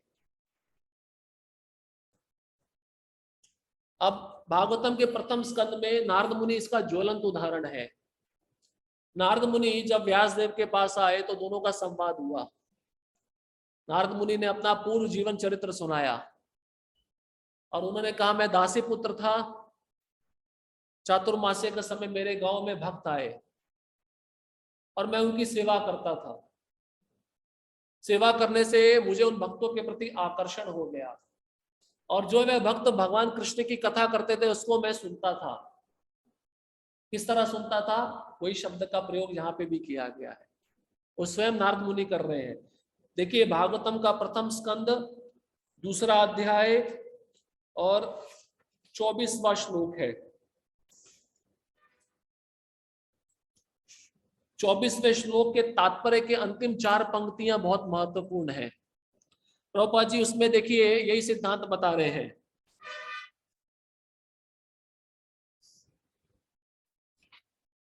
प्रभुपाद जी कहते हैं, इंद्रिय जीत हुए बिना, मतलब इंद्रियों को नियंत्रण किए बिना, अनुशासित हुए बिना, मतलब आज्ञाकारी हुए बिना,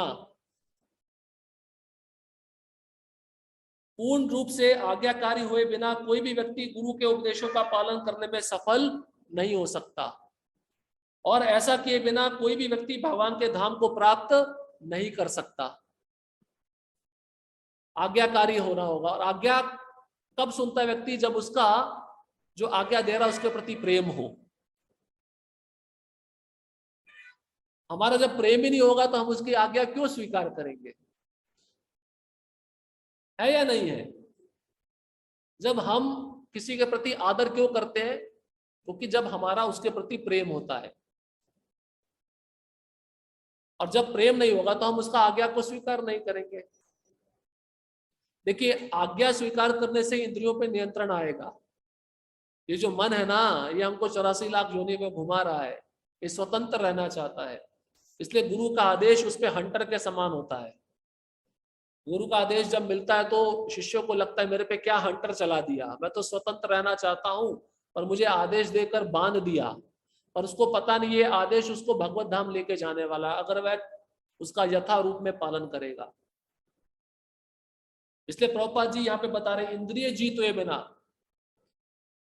इंद्रियों को आप नियंत्रण नहीं कर पाओगे। कब? जब आप आज्ञाकारी नहीं हो। और आज्ञाकारी कब नहीं हो? जब आप गुरु के प्रति आदर नहीं कर रहे। और जब आदर नहीं कर रहे तो गुरु के प्रति, तो आप भगवत धाम कैसे जाओगे? कई शिष्य ऐसे होते हैं जो गुरु के प्रति आदर कब दिखाते हैं? जब गुरु आ जाते हैं। गुरु जब आएंगे उनके सामने आके नाचेंगे, इतना उत्साह दिखाएंगे कि उत्तम अधिकारी है, भक्ति के श्रेष्ठ स्तर पे पहुंच गए हैं, कि हमारे ऐसा कोई शुद्ध भक्त है ही नहीं। उस समय गुरु की सेवा भी ऐसा दिखावे के रूप में करेंगे कि हम रोज आते हैं सेवा करने के लिए। गुरु रह रहे हैं तब भी सेवा करनी चाहिए, गुरु वहां पे उपस्थित नहीं है तब भी सेवा करनी चाहिए। ये अच्छे शिष्य का लक्षण है। दिखावे के लिए दीक्षा नहीं लेना चाहिए। दिखावे के लिए गुरु के पास जाकर ये नहीं करना चाहिए कि मैं आपकी कितनी आज्ञा का पालन कर रहा हूं। ये नारद मुनि के चरित्र से हम सीख सकते हैं। अब 26वें श्लोक में आएंगे। देखिए 26वें श्लोक में वो क्या कहते हैं नारद मुनि। वे कहते हैं, तत्रान्वहं कृष्ण कथा प्रगायत मनुग्रहेण श्रवणम मनोहरा ता श्रद्धया मे अनुपदम विश्रवणता प्रिय श्रवस्यंग ममा भवुद्रुचि। वहां पे भी शब्द आया है श्रद्धया। मैं उन भक्तों के मुख से श्रद्धा पूर्वक कथा सुनता था जिन्होंने मुझे दीक्षा दिया। श्रद्धा शब्द का अर्थ क्या है? श्रद्धा शब्दे विश्वास कहे सुदृढ़ निश्चय, कृष्ण भक्ति कैले सर्व कर्म कृत है।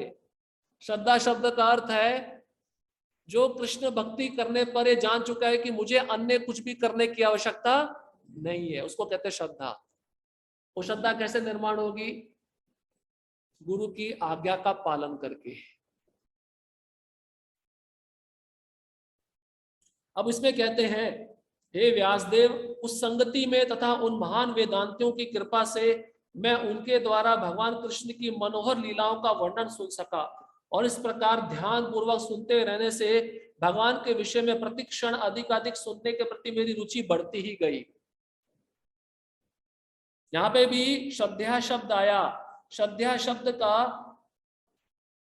अर्थ प्रभुपाद जी लिख रहे हैं आदर पूर्वक। इसका एक और उदाहरण है, चैतन्य चरितामृत में दक्षिण भारत में रंगनाथ जी का मंदिर है। वहां पे एक ब्राह्मण रहता था जो पढ़ा लिखा नहीं था, और वो रोज भगवत गीता लेकर रंगनाथ जी के मंदिर बाहर बैठ के पढ़ता रहता था, और विद्वान ब्राह्मण आकर उसका मजाक उड़ाते थे, ये मूर्ख ब्राह्मण है, इसको पढ़ना लिखना आता नहीं, भगवत गीता पढ़ रहा है। और ये जो ब्राह्मण था ये बेचारा भोला भाला था, केवल भगवत गीता हाथ में लेकर बैठ के पढ़ता रहता था, ये उनकी तरफ देखता नहीं था, ध्यान नहीं देता था।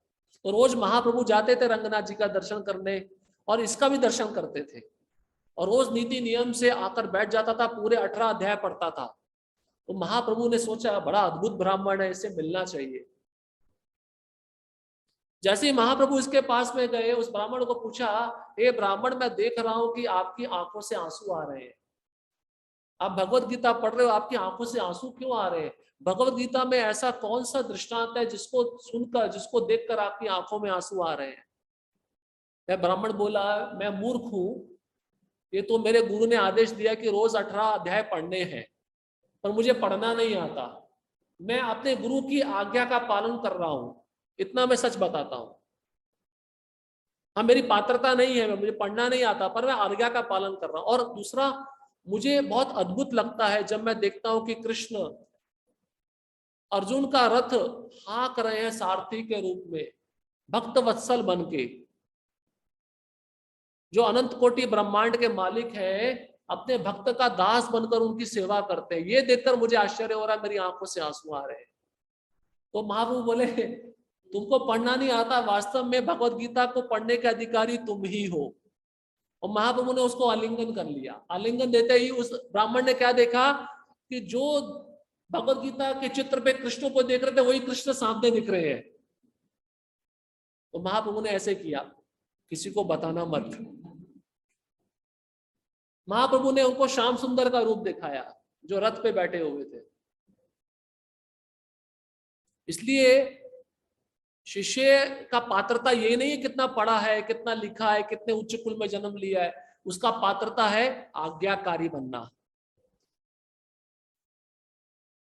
क्योंकि जब तक हम आज्ञाकारी नहीं बनेंगे, युग गुण नहीं आने वाले। इसलिए प्रभुपाद वही बता रहे हैं, कृष्णस्तु भगवान स्वयं, ये कौन समझेगा?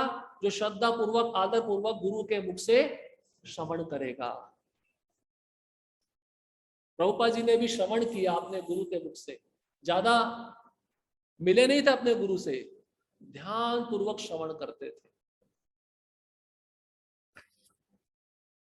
अब आगे प्रभुपाद जी कहते हैं, जिस व्यक्ति की भगवान कृष्ण में श्रद्धा या उनके प्रति प्रेम नहीं है, उसे इस सरल सत्य के प्रति विश्वस्त नहीं किया जा सकता। जिसका भगवान के प्रति प्रेम नहीं है, श्रद्धा नहीं है, आप उसको लाख बार भी बताओगे कृष्णस्तु भगवान स्वयं, वो कभी भी इसको स्वीकार नहीं करेगा। भगवत गीता 9.11 में अश्रद्धालुओं को मूढ़ मूर्ख या गधा कहा गया है। यह कहा गया है कि मूढ़ लोग पूर्ण पुरुषोत्तम भगवान का उपहास करते हैं। अवजानन्ति मां मूढ़ा मानुषिम तनुमाश्रितम, क्योंकि उन्हें धीर आचार्य से पूर्ण ज्ञान प्राप्त नहीं हुआ रहता। जो व्यक्ति भौतिक शक्ति के भंवर द्वारा विचलित होता हो, वह आचार्य बनने के योग्य नहीं है। भौतिक शक्ति का भंवर क्या है? ये जो माया रूपी शक्ति है, इसका भंवर क्या है?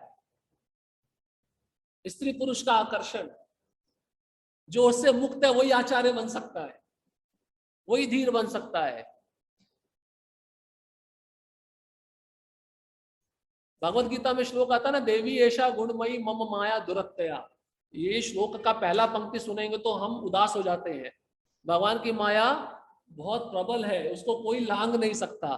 पर दूसरा लाइन आप पढ़ो तो कितना सुकून मिलता है, मामे वे प्रपद्यन्ते माया मेताम तरंती ते। मेरी दुर्लंघ रूपी माया शक्ति को कौन पार कर सकता है? जो मेरे जो मेरे जो मेरे शरणागत है, जो मेरे को शरणागत हो चुका है, वो 3 गुणों रूपी माया को पार कर लेगा। भगवत गीता सुनने के पूर्व अर्जुन अपने परिवार, समाज तथा जाति के प्रति स्नेह के कारण भौतिक भंवर द्वारा विचलित था। अब अर्जुन का उदाहरण दे रहे हैं प्रभुपाद जी। युद्ध करने से पूर्व अर्जुन क्या कह रहा था? मैं युद्ध नहीं करूंगा, मेरा गला सूख रहा है, मेरे हाथ से गांडी सरक रहा है, मेरी त्वचा जल रही है, हे केशव मैं युद्ध नहीं करने वाला। तो उसको भी मोह पकड़ लिया था। अतएव अर्जुन परोपकारी तथा विश्व का अहिंसक व्यक्ति बनना चाहता था। क्षत्रिय का धर्म है युद्ध करना, पर अर्जुन क्या कहता है? मैं अहिंसक बनूंगा, ब्राह्मण बन के भिक्षा मांगूंगा, और क्या करूंगा? परोपकारी बनूंगा, ब्राह्मण बन के दूसरों को ज्ञान दूंगा। स्वयं ज्ञान प्राप्त नहीं किया पर दूसरों को ज्ञान देने की इच्छा रखता था। तो प्रभुपाद जी कहते हैं, किंतु जब वह परम पुरुष से भगवत गीता का वैदिक ज्ञान सुनकर बुद्ध ज्ञानी बन गया तो उसने अपना निर्णय बदल दिया और वह भगवान कृष्ण का उपासक बन गया, जिन्होंने स्वयं कुरुक्षेत्र युद्ध की योजना बनाई थी।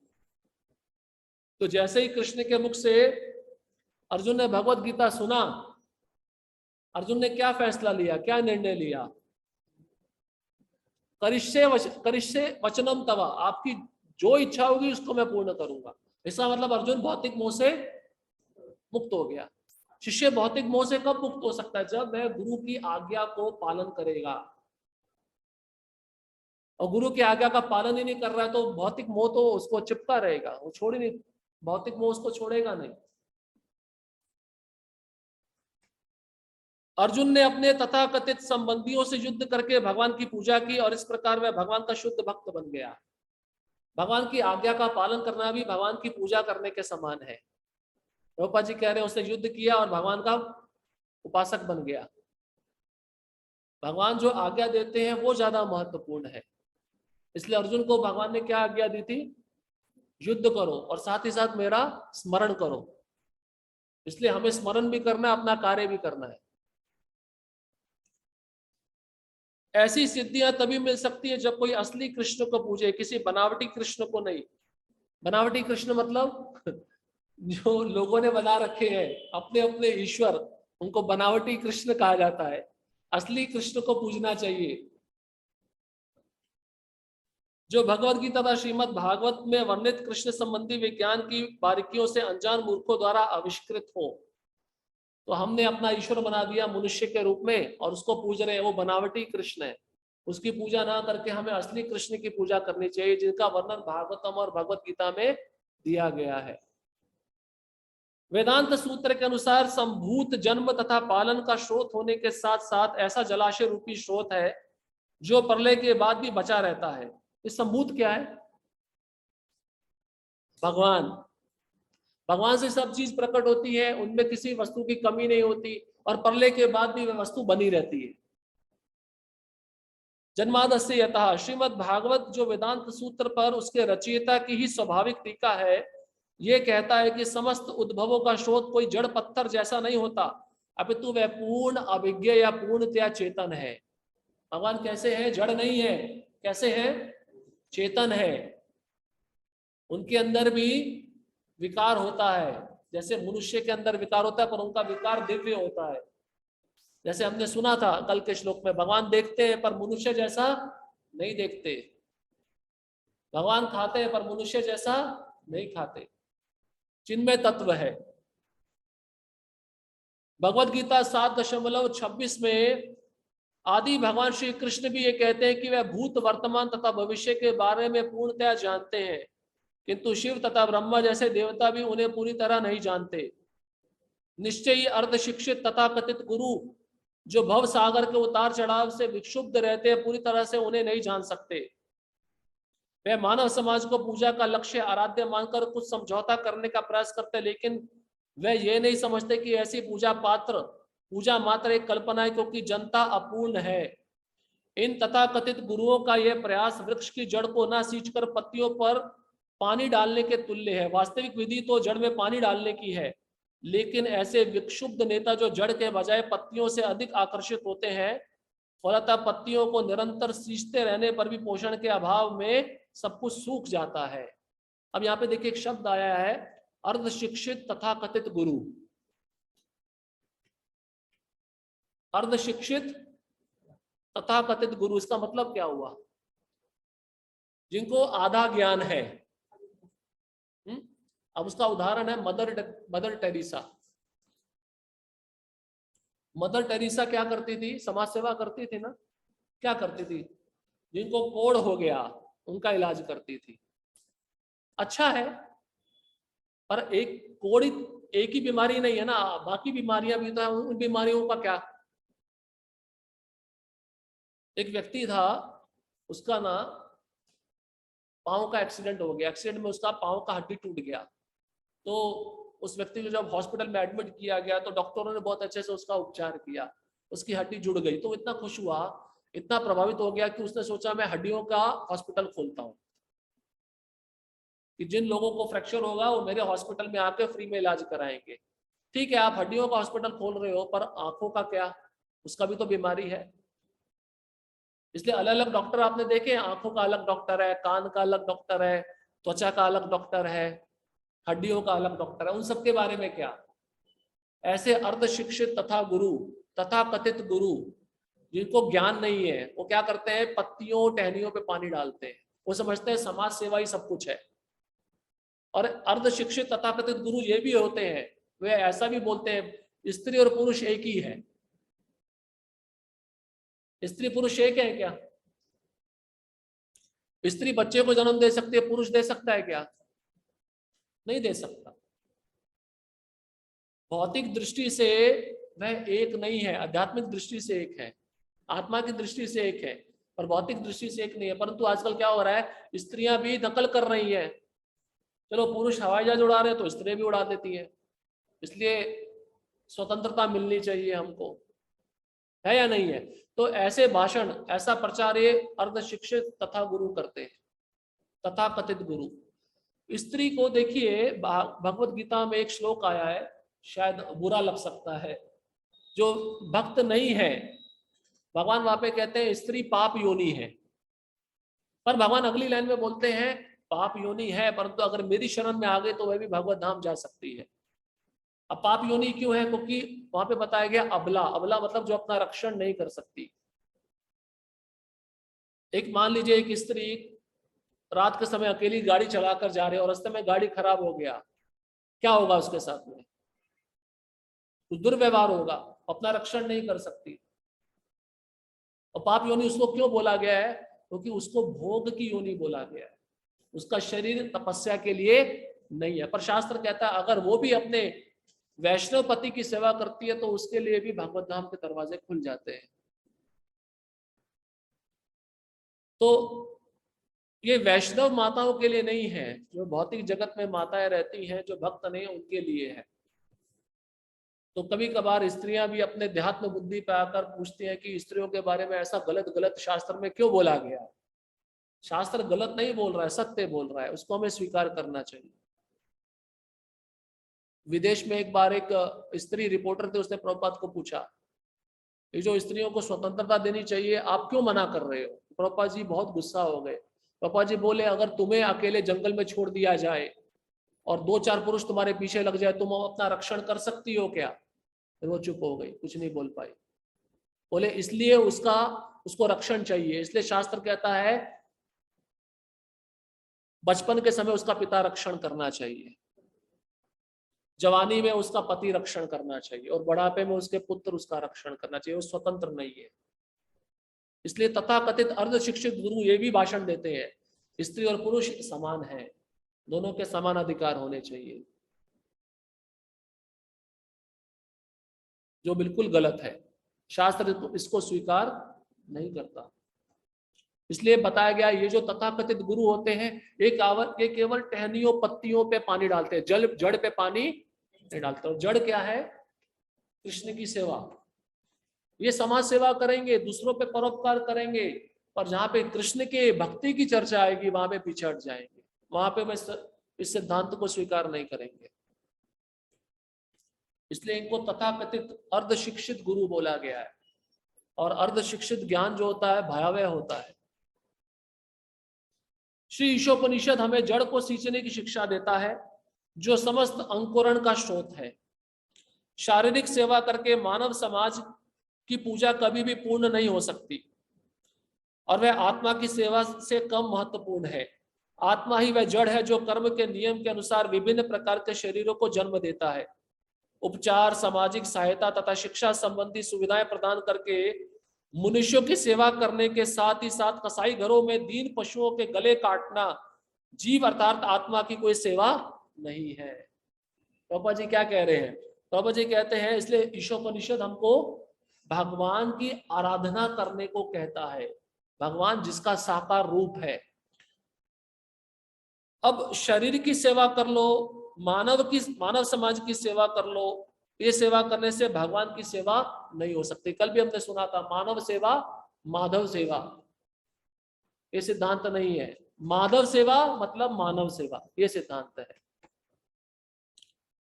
इसलिए यहाँ पे प्रभुपाद जी कहते हैं कि दूसरों का उपचार करा लो, हॉस्पिटल खोल लो, स्कूल खोल लो और सामाजिक रूप से सहायता कर दो, ये सेवा कर रहा है मनुष्य। पर साथ ही साथ क्या कर रहा है? क्या कर रहा है? कसाई खाना खोल के पशुओं का गला काट के उसका मांस भक्षण कर रहा है। फिर ये कौन सी समाज सेवा हो रही है? वो तो समाज सेवा नहीं हो रही, वो तो पाप कर्म हो रहा है। जीव निरंतर विभिन्न प्रकार के शरीरों में जन्म, जरा, रोग तथा मृत्यु के भौतिक कष्ट भोगता रहता है। मानव जीवन ऐसा अवसर है जिसमें जीव तथा परमेश्वर के बीच खोए संबंध को पुनः स्थापित करके इस बंधन से छूटा जा सकता है। भगवान संभूत अर्थात सर्वोपरि के प्रति शरणागति के सिद्धांत की शिक्षा देने के लिए स्वयं आते हैं। मानवता की वास्तविक सेवा तो तब होती है जब मनुष्य पूर्ण प्रेम तथा शक्ति सहित परमेश्वर की शरण ग्रहण करने तथा पूजा करने की शिक्षा देता है। इस मंत्र में श्री ईशोपनिषद का यही उपदेश है। अशांति के इस युग में परमेश्वर की पूजा करने की सरल विधि है उनके महान कार्यकलापों के विषय में श्रवण तथा कीर्तन करना। पापा जी कह रहे अशांति है ना सब जगह, व्यक्ति को शांति चाहिए तो क्या करना पड़ेगा? श्रवण और कीर्तन करना पड़ेगा। किसका? भगवान कृष्ण का श्रवण और कीर्तन करना होगा, तब शांति आएगी, अन्यथा शांति नहीं आने वाली। हम बोलते हैं ना ओम शांति शांति, उससे शांति नहीं आने वाली। शांति तो भगवान के श्रवण और कीर्तन करके ही आएगी। किंतु मानसिक तर्कवादी सोचते हैं कि भगवान के कार्यकलाप काल्पनिक है, अतः वे उन्हें सुनने से कतराते हैं और निर्दोष जनता का ध्यान मोड़ने के लिए निरर्थक वाग्जाल का आविष्कार करते हैं। भगवान कृष्ण के कार्यकलापों का श्रवण करने के बजाय ऐसे ढोंगी गुरु अपने अनुयायियों को उनका गुणगान करने के लिए फुसलाकर खुद का विज्ञापन कराते हैं। देख रहे हैं ना कलयुग में क्या क्या होता है। बहुत सारे गुरु ऐसे होते हैं अपने शिष्यों को बोलते हैं मेरा फोटो लगाओ, बहुत बड़ा होना चाहिए, भगवान का फोटो नहीं लगना चाहिए, मेरी पूजा करो, मुझे भोग लगाओ। अपने अनुयायियों को क्या कह रहे हैं? भगवान का शिक्षा न देकर अब मेरे बारे में गुणगान करो। ये वही लोग हैं जो हमने पिछले श्लोक में इनके बारे में श्रवण किया। आधुनिक युग में ऐसे पाखंडियों की संख्या में काफी वृद्धि हुई है और भगवान के शुद्ध भक्तों के लिए समस्या बन गई है कि वे जनता को इन पाखंडियों तथा छद्म अवतारों के अपवित्र प्रचार से किस प्रकार बचाएं। प्रभुपाद जी कहते हैं भक्तों के लिए समस्या खड़ी हो गई है। ये पाखंडियों का बोलबाला इतना हो गया है, भक्त सोचते हैं अभी बेचारी जो जनता है भोली भाली है, इनको इन मूर्ख पाखंडियों के चंगुल से कैसे बचाया जाए, कैसे मुक्त किया जाए। भक्तों को भी बहुत परेशानी होती है, पता है आपको, कष्ट झेलना पड़ता है, मार खानी पड़ती है। सत्य बोलने के लिए कलयुग में मार पड़ती है, भक्तों को जेल में बंद कर दिया जाता है। उपनिषदें अप्रत्यक्ष रूप से हमारा ध्यान आदि भगवान श्री कृष्ण की ओर आकर्षित कराती हैं, लेकिन समस्त उपनिषदों की सार भगवत गीता सीधे कृष्ण को लक्षित करती है। इसलिए श्री कृष्ण जैसे हैं उसी रूप में उन्हें भगवत गीता या श्रीमद् भागवत से सुनने से मनुष्य का मन क्रमशः समस्त प्रदूषित वस्तुओं से स्वच्छ हो जाता है। श्रीमद् भागवत 1.2.17 का कथन है, भगवान के कार्यकलापों के श्रवण द्वारा भक्त भगवान का ध्यान अपनी ओर खींचता है। इस प्रकार प्रत्येक के हृदय में वास करने वाले भगवान भक्त को समुचित दिशा प्रदान करके उसकी सहायता करते हैं। 1.2.17 इस श्लोक को देखते हैं। भागवतम का ये श्लोक है।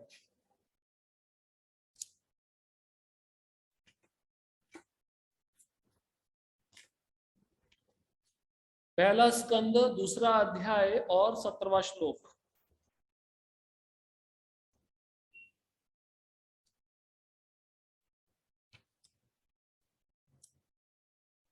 बहुत सुंदर श्लोक है। शृण्वता स्वकथा कृष्ण पुण्य श्रवण कीर्तन हृदयस्तो ये भद्राणि विदुनोति सुहर्षताम। प्रत्येक हृदय में परमात्मा स्वरूप स्थित तथा सत्यनिष्ठ भक्तों के हितकारी भगवान श्री कृष्ण उस भक्त के हृदय से भौतिक भोग की इच्छा को हटाते हैं जिसने उनकी कथाओं को सुनने में रुचि उत्पन्न कर ली है, क्योंकि ये कथाएं ठीक से सुनने तथा कहने पर अत्यंत पुण्यप्रद हैं। अब भगवान सबके हृदय में है परमात्मा रूप में। जब भगवान देखते हैं ये जो भक्त है मेरी कथा सुनने में रुचि दिखा रहा है, ध्यान पूर्वक सुन रहा है, तो भगवान उसके हृदय में बैठकर उसके कल्मश को दूर कर देते हैं, नष्ट कर देते हैं। और जब कल्मश दूर हो गया, रजोगुण तमोगुण दूर हो गया, फिर क्या आ गया? सत्वगुण आ गया। और सत्वगुण में भक्ति करना बहुत आसान होता है। फिर सत्वगुण से विशुद्ध सत्व जाने में देर नहीं लगता। इसलिए जोर श्रवण करना चाहिए। और श्रवण कैसा है? कृष्ण की कथा का पुण्य श्रवण कीर्तना। ये भौतिक पुण्य की तरह नहीं है, ये आध्यात्मिक पुण्य है। तभी कृष्ण उस कथा के रूप में आकर उस भक्त के हृदय से कल्मश को नष्ट कर देते हैं। भगवद गीता 10.10 भी इसी बात की पुष्टि करती है। ददामी बुद्धि योगम तम ये न मामुपयान्ति ते। मैं बुद्धि देता हूं जिससे वह मुझे प्राप्त कर सके। कैसे? तेषां सतत युक्तानां भजतां प्रीतिपूर्वकम ददामी बुद्धि योगम तम ये न मामुपयान्ति ते। भगवान वहां पे भी कंडीशन रख रहे हैं। क्या कहते हैं? तेषाम सतत, सतत मतलब 24 घंटे जो मेरा कीर्तन कर रहा है। अब कीर्तन करने का मतलब ये नहीं है करताल लेके 24 घंटा। सेवा करना भी कीर्तन है। जो सतत मेरे विचारों में लीन है, मेरा श्रवण कर रहा है, मेरा कीर्तन कर रहा है, एक सेवा पूरी होती दूसरी सेवा में लग जाता है, उसको सतत कीर्तन बोला गया है। और कैसे कर रहा है? दूसरा कंडीशन, भजताम प्रीति पूर्वकम, प्रेम से कर रहा है मेरी सेवा। ऐसा नहीं है कि सेवा दी गई है और प्रभु जी ने सेवा दी है, जल्दी जल्दी करो और भागो। चंदन घिसना है, प्रेम से घिसना है। मैं भगवान कृष्ण के लिए घिस रहा हूं। बर्तन मांजना है, प्रेम से मांजना। ये भगवान का बर्तन है, उसको उठा के पटकना नहीं है। झाड़ू लगाना प्रेम से लगाना, जल्दी जल्दी नहीं लगाना, प्रेम से लगाना। ये भगवान का घर है, इसको मुझे अच्छा रखना है। ये 2 कंडीशन बोलते हैं भगवान, सतत और प्रीति। प्रीति मतलब प्रेम। जब आप ये 2 कंडीशन दिखाओगे तब मैं बुद्धि देता हूं, और जब बुद्धि दूंगा तो फिर आप मुझे प्राप्त कर लोगे। भगवान के आंतरिक निर्देश द्वारा भक्त के हृदय का वह सारा कल्मश दूर हो जाता है जो रजो और तमो गुणों द्वारा उत्पन्न होता है। अभक्तगण रजो तथा तमो गुणों के वश में रहते हैं। जो रजोगुणी है वह भौतिक लालसा से विरक्त नहीं हो सकता, और जो तमोगुणी है वह ना तो यह जान सकता है कि वह क्या है, ना यह कि भगवान क्या है। अतएव रजोगुणी या तमोगुणी के लिए आत्म साक्षात्कार की कोई संभावना नहीं रहती, चाहे वह कितना ही धर्मात्मा बनने का प्रयास क्यों ना करे। तो समाज सेवा, उपकार करना, जो आवश्यक है वह वस्तुएं प्रदान करना, ऐसे लोग जो करते हैं वह रजोगुण और तमोगुण के स्तर पे होते हैं। वह कितना भी दिखावा करे धर्म के नाम पे, धर्म धर्म पे चलने का, वह कभी भी सत्वगुण में नहीं आ सकते। भक्त के लिए रजो तथा तमोगुण भगवत कृपा से दूर हो जाते हैं। देखिए, भगवान, भक्त जो होता है भगवान पे आश्रित रहता है, इसलिए भगवान उसके कल्मश को दूर कर देते हैं। और ये जो दूसरे दिखावा करते हैं ना, ये भगवान पे आश्रित नहीं रहते, ये स्वयं से रजोगुण तमोगुण नष्ट करना चाहते हैं, जो नहीं हो पाता। इसलिए भगवान पे आश्रित रहना ज्यादा जरूरी। जैसे माँ, बच्चा माँ पे आश्रित रहता है, माँ सारे काम करती है। अब बच्चा बोले छोटा है मैं स्वयं करूंगा, वो कर सकता है क्या? अपने बलबूते पे नहीं कर सकता, अपने बलबूते पे वो खाना नहीं बना सकता। माँ जानती है इसको भूख लगी है, बना के देती है, वो माँ पे आश्रित है। इसलिए भगवान पे आश्रित होना पड़ेगा। हम अपने बलबूते पे रजोगुण तमोगुण नष्ट नहीं कर सकते। इस तरह भक्त सत्वगुण में अवस्थित हो जाता है, जो आदर्श ब्राह्मण का लक्षण है। कोई भी व्यक्ति यदि वह प्रामाणिक गुरु के निर्देशन में भक्ति पथ का अनुगमन करे तो ब्राह्मण बन सकता है। 4 प्रामाणिक संप्रदाय में कोई भी भक्ति करेगा एक योग्य मार्ग निर्देशन के अनुसार, वो ब्राह्मण बन सकता है। श्रीमद् भागवत 2.4.18 का भी कथन है, हिरात हूणांध्र पुलिंद पुलकशा आबीर शुंभा यवना खसादया ये अन्य च पापा यदुपाश्रयाश्रया शुद्ध्यंति तस्मे प्रभविष्मने नमः। ये बहुत सुंदर श्लोक है। देखिए, इसमें बहुत सारी जातियों का वर्णन है। अभी प्रभुपाद जी इसका तात्पर्य बहुत सुंदर लिखे हैं। ये जो अलग अलग जातियां हैं संसार में कहाँ कहाँ थी, इसका, इस श्लोक का हम अर्थ पढ़ेंगे। और प्रभुपाद जी उसमें क्या लिखे हैं सुनेंगे। दूसरे स्कंद का 4था अध्याय का 18वां श्लोक। देखिए, किरात, एक एक शब्द को सुनते जाइए। किरात, किरात मतलब प्राचीन भारत का एक प्रांत। किरात यहाँ पे बताया गया भारतवर्ष का एक प्रांत है जिसका उल्लेख महाभारत के भीष्म पर्व में हुआ है। किरात भारत के आदिवासियों के रूप में विख्यात है और आजकल के बिहार तथा छोटा नागपुर के संताल परगने किरात नामक प्राचीन प्रांत हो सकते हैं। तो ये जो जातियां बताई गई है, अधम बताई गई है। अगर ये जातियों के लोग भी भगवान के शुद्ध भक्त का आश्रय ले लें तो वह मुक्त हो जाते हैं। ये बिहार है, आपने सुना होगा भारत में बिहार जगह है, और एक छोटा नागपुर, वहां के लोगों को किरात बोला जाता है। अब आगे सुनिए, हूण। हूण कहते हैं पूर्व जर्मनी का क्षेत्र तथा रूस का एक भाग हूण प्रांत कहलाते हैं, क्योंकि पहले पूरा पृथ्वी भारतवर्ष कहलाता था। ये हूण जाति के लोग कहाँ रहते हैं? जर्मनी में, और रूस देश का एक भाग है। ये सब निचली जातियां हैं। आंध्र, आंध्र दक्षिण भारत का एक प्रांत जिसका उल्लेख महाभारत के भीष्म पर्व में मिलता है। समझ गए? आंध्र प्रदेश, ये आंध्र प्रदेश में भी जो लोग हैं ये भी नीच जाति के हैं। इसके बाद में पुलिंद, पुलिंद, पुलिंद का उल्लेख महाभारत के आदि पर्व में आया है, जहां के निवासी ग्रीस है। ग्रीस, ग्रीस भी एक देश है, आपने सुना हो, ग्रीस एक देश है, ग्रीस। वहां के निवासियों को पुलिंद बोला जाता है, पुलिंद। देखिए भारतवर्ष कहां कहां तक फैला हुआ था। उसके पश्चात आभीर, आभीर कहते हैं, ये महाभारत के सभा पर्व तथा भीष्म पर्व दोनों में आता है। इसका उल्लेख मिलता है सिंध प्रदेश, सरस्वती नदी के तट, सिंध प्रदेश, पाकिस्तान में एक सिंध जगह है, वहां के लोगों को आभीर कहा जाता है। और मार्कंडे पुराण में इस भूभाग को मलेच्छ भी कहते हैं। मलेच्छ, मलेच्छ, मलेच्छ मतलब जो गाय का मांस भक्षण करते हैं, आभीर। और शुंभ, शुंभ या कंक, ये प्राचीन भारत के कंक प्रांत के निवासी हैं जिनका उल्लेख महाभारत में हुआ है। उसके बाद आता है यवनगण। यवनगण महाराज ययाति के पुत्र में से एक का नाम यवन था, जिसे तुर्की, तुर्की सुना है? तुर्की नाम का एक देश है, ये महाराज ययाति का पुत्र था यवन, उसके सब है। तुर्की इस समय मुस्लिम देश है पूरा, इसको यवन बोला जाता है, यवन। उसके बाद आता है खस। खस देश के निवासियों का उल्लेख महाभारत द्रोण पर्व में हुआ है, जिनके ऊपरी होंठ थिगने केश उगते हैं। ऊपर के होंठ में छोटे छोटे बाल आते हैं इनके, और ये मंगोल, चीनी तथा लोग खस कहलाते हैं, चाइना के लोग। अब चाइना के पास में एक देश पड़ता है मंगोलिया, मंगोल, ये वहां के रहने वाले लोग हैं, इनको खस बोला जाता है। इनका वर्णन भागवतम में है, देखिए। उसके बाद में पूरा हो गया। अब इसका अनुवाद है, देखिए। ये सब जातियों के लोगों के बारे में आपने सुना, तो इसका अर्थ है श्लोक का किरात, हूण, आंध्र, पुलिंद, उल्कषा, आभीर, शुंभ, यवन, खस आदि जातियों के सदस्य तथा पाप कर्मों में लिप्त रहने वाले अन्य लोग परम शक्तिशाली भगवान के भक्तों की शरण ग्रहण करके शुद्ध हो सकते हैं।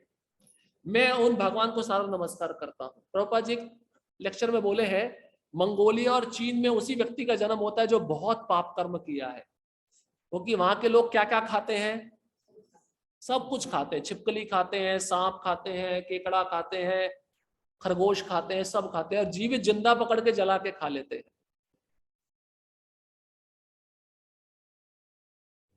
जो बहुत पापी होते हैं उनको उस देश में जन्म मिलता है। और अब ये सत्य सिद्ध हो रहा है, चाइना के भक्त बढ़ रहे हैं इस्कॉन में।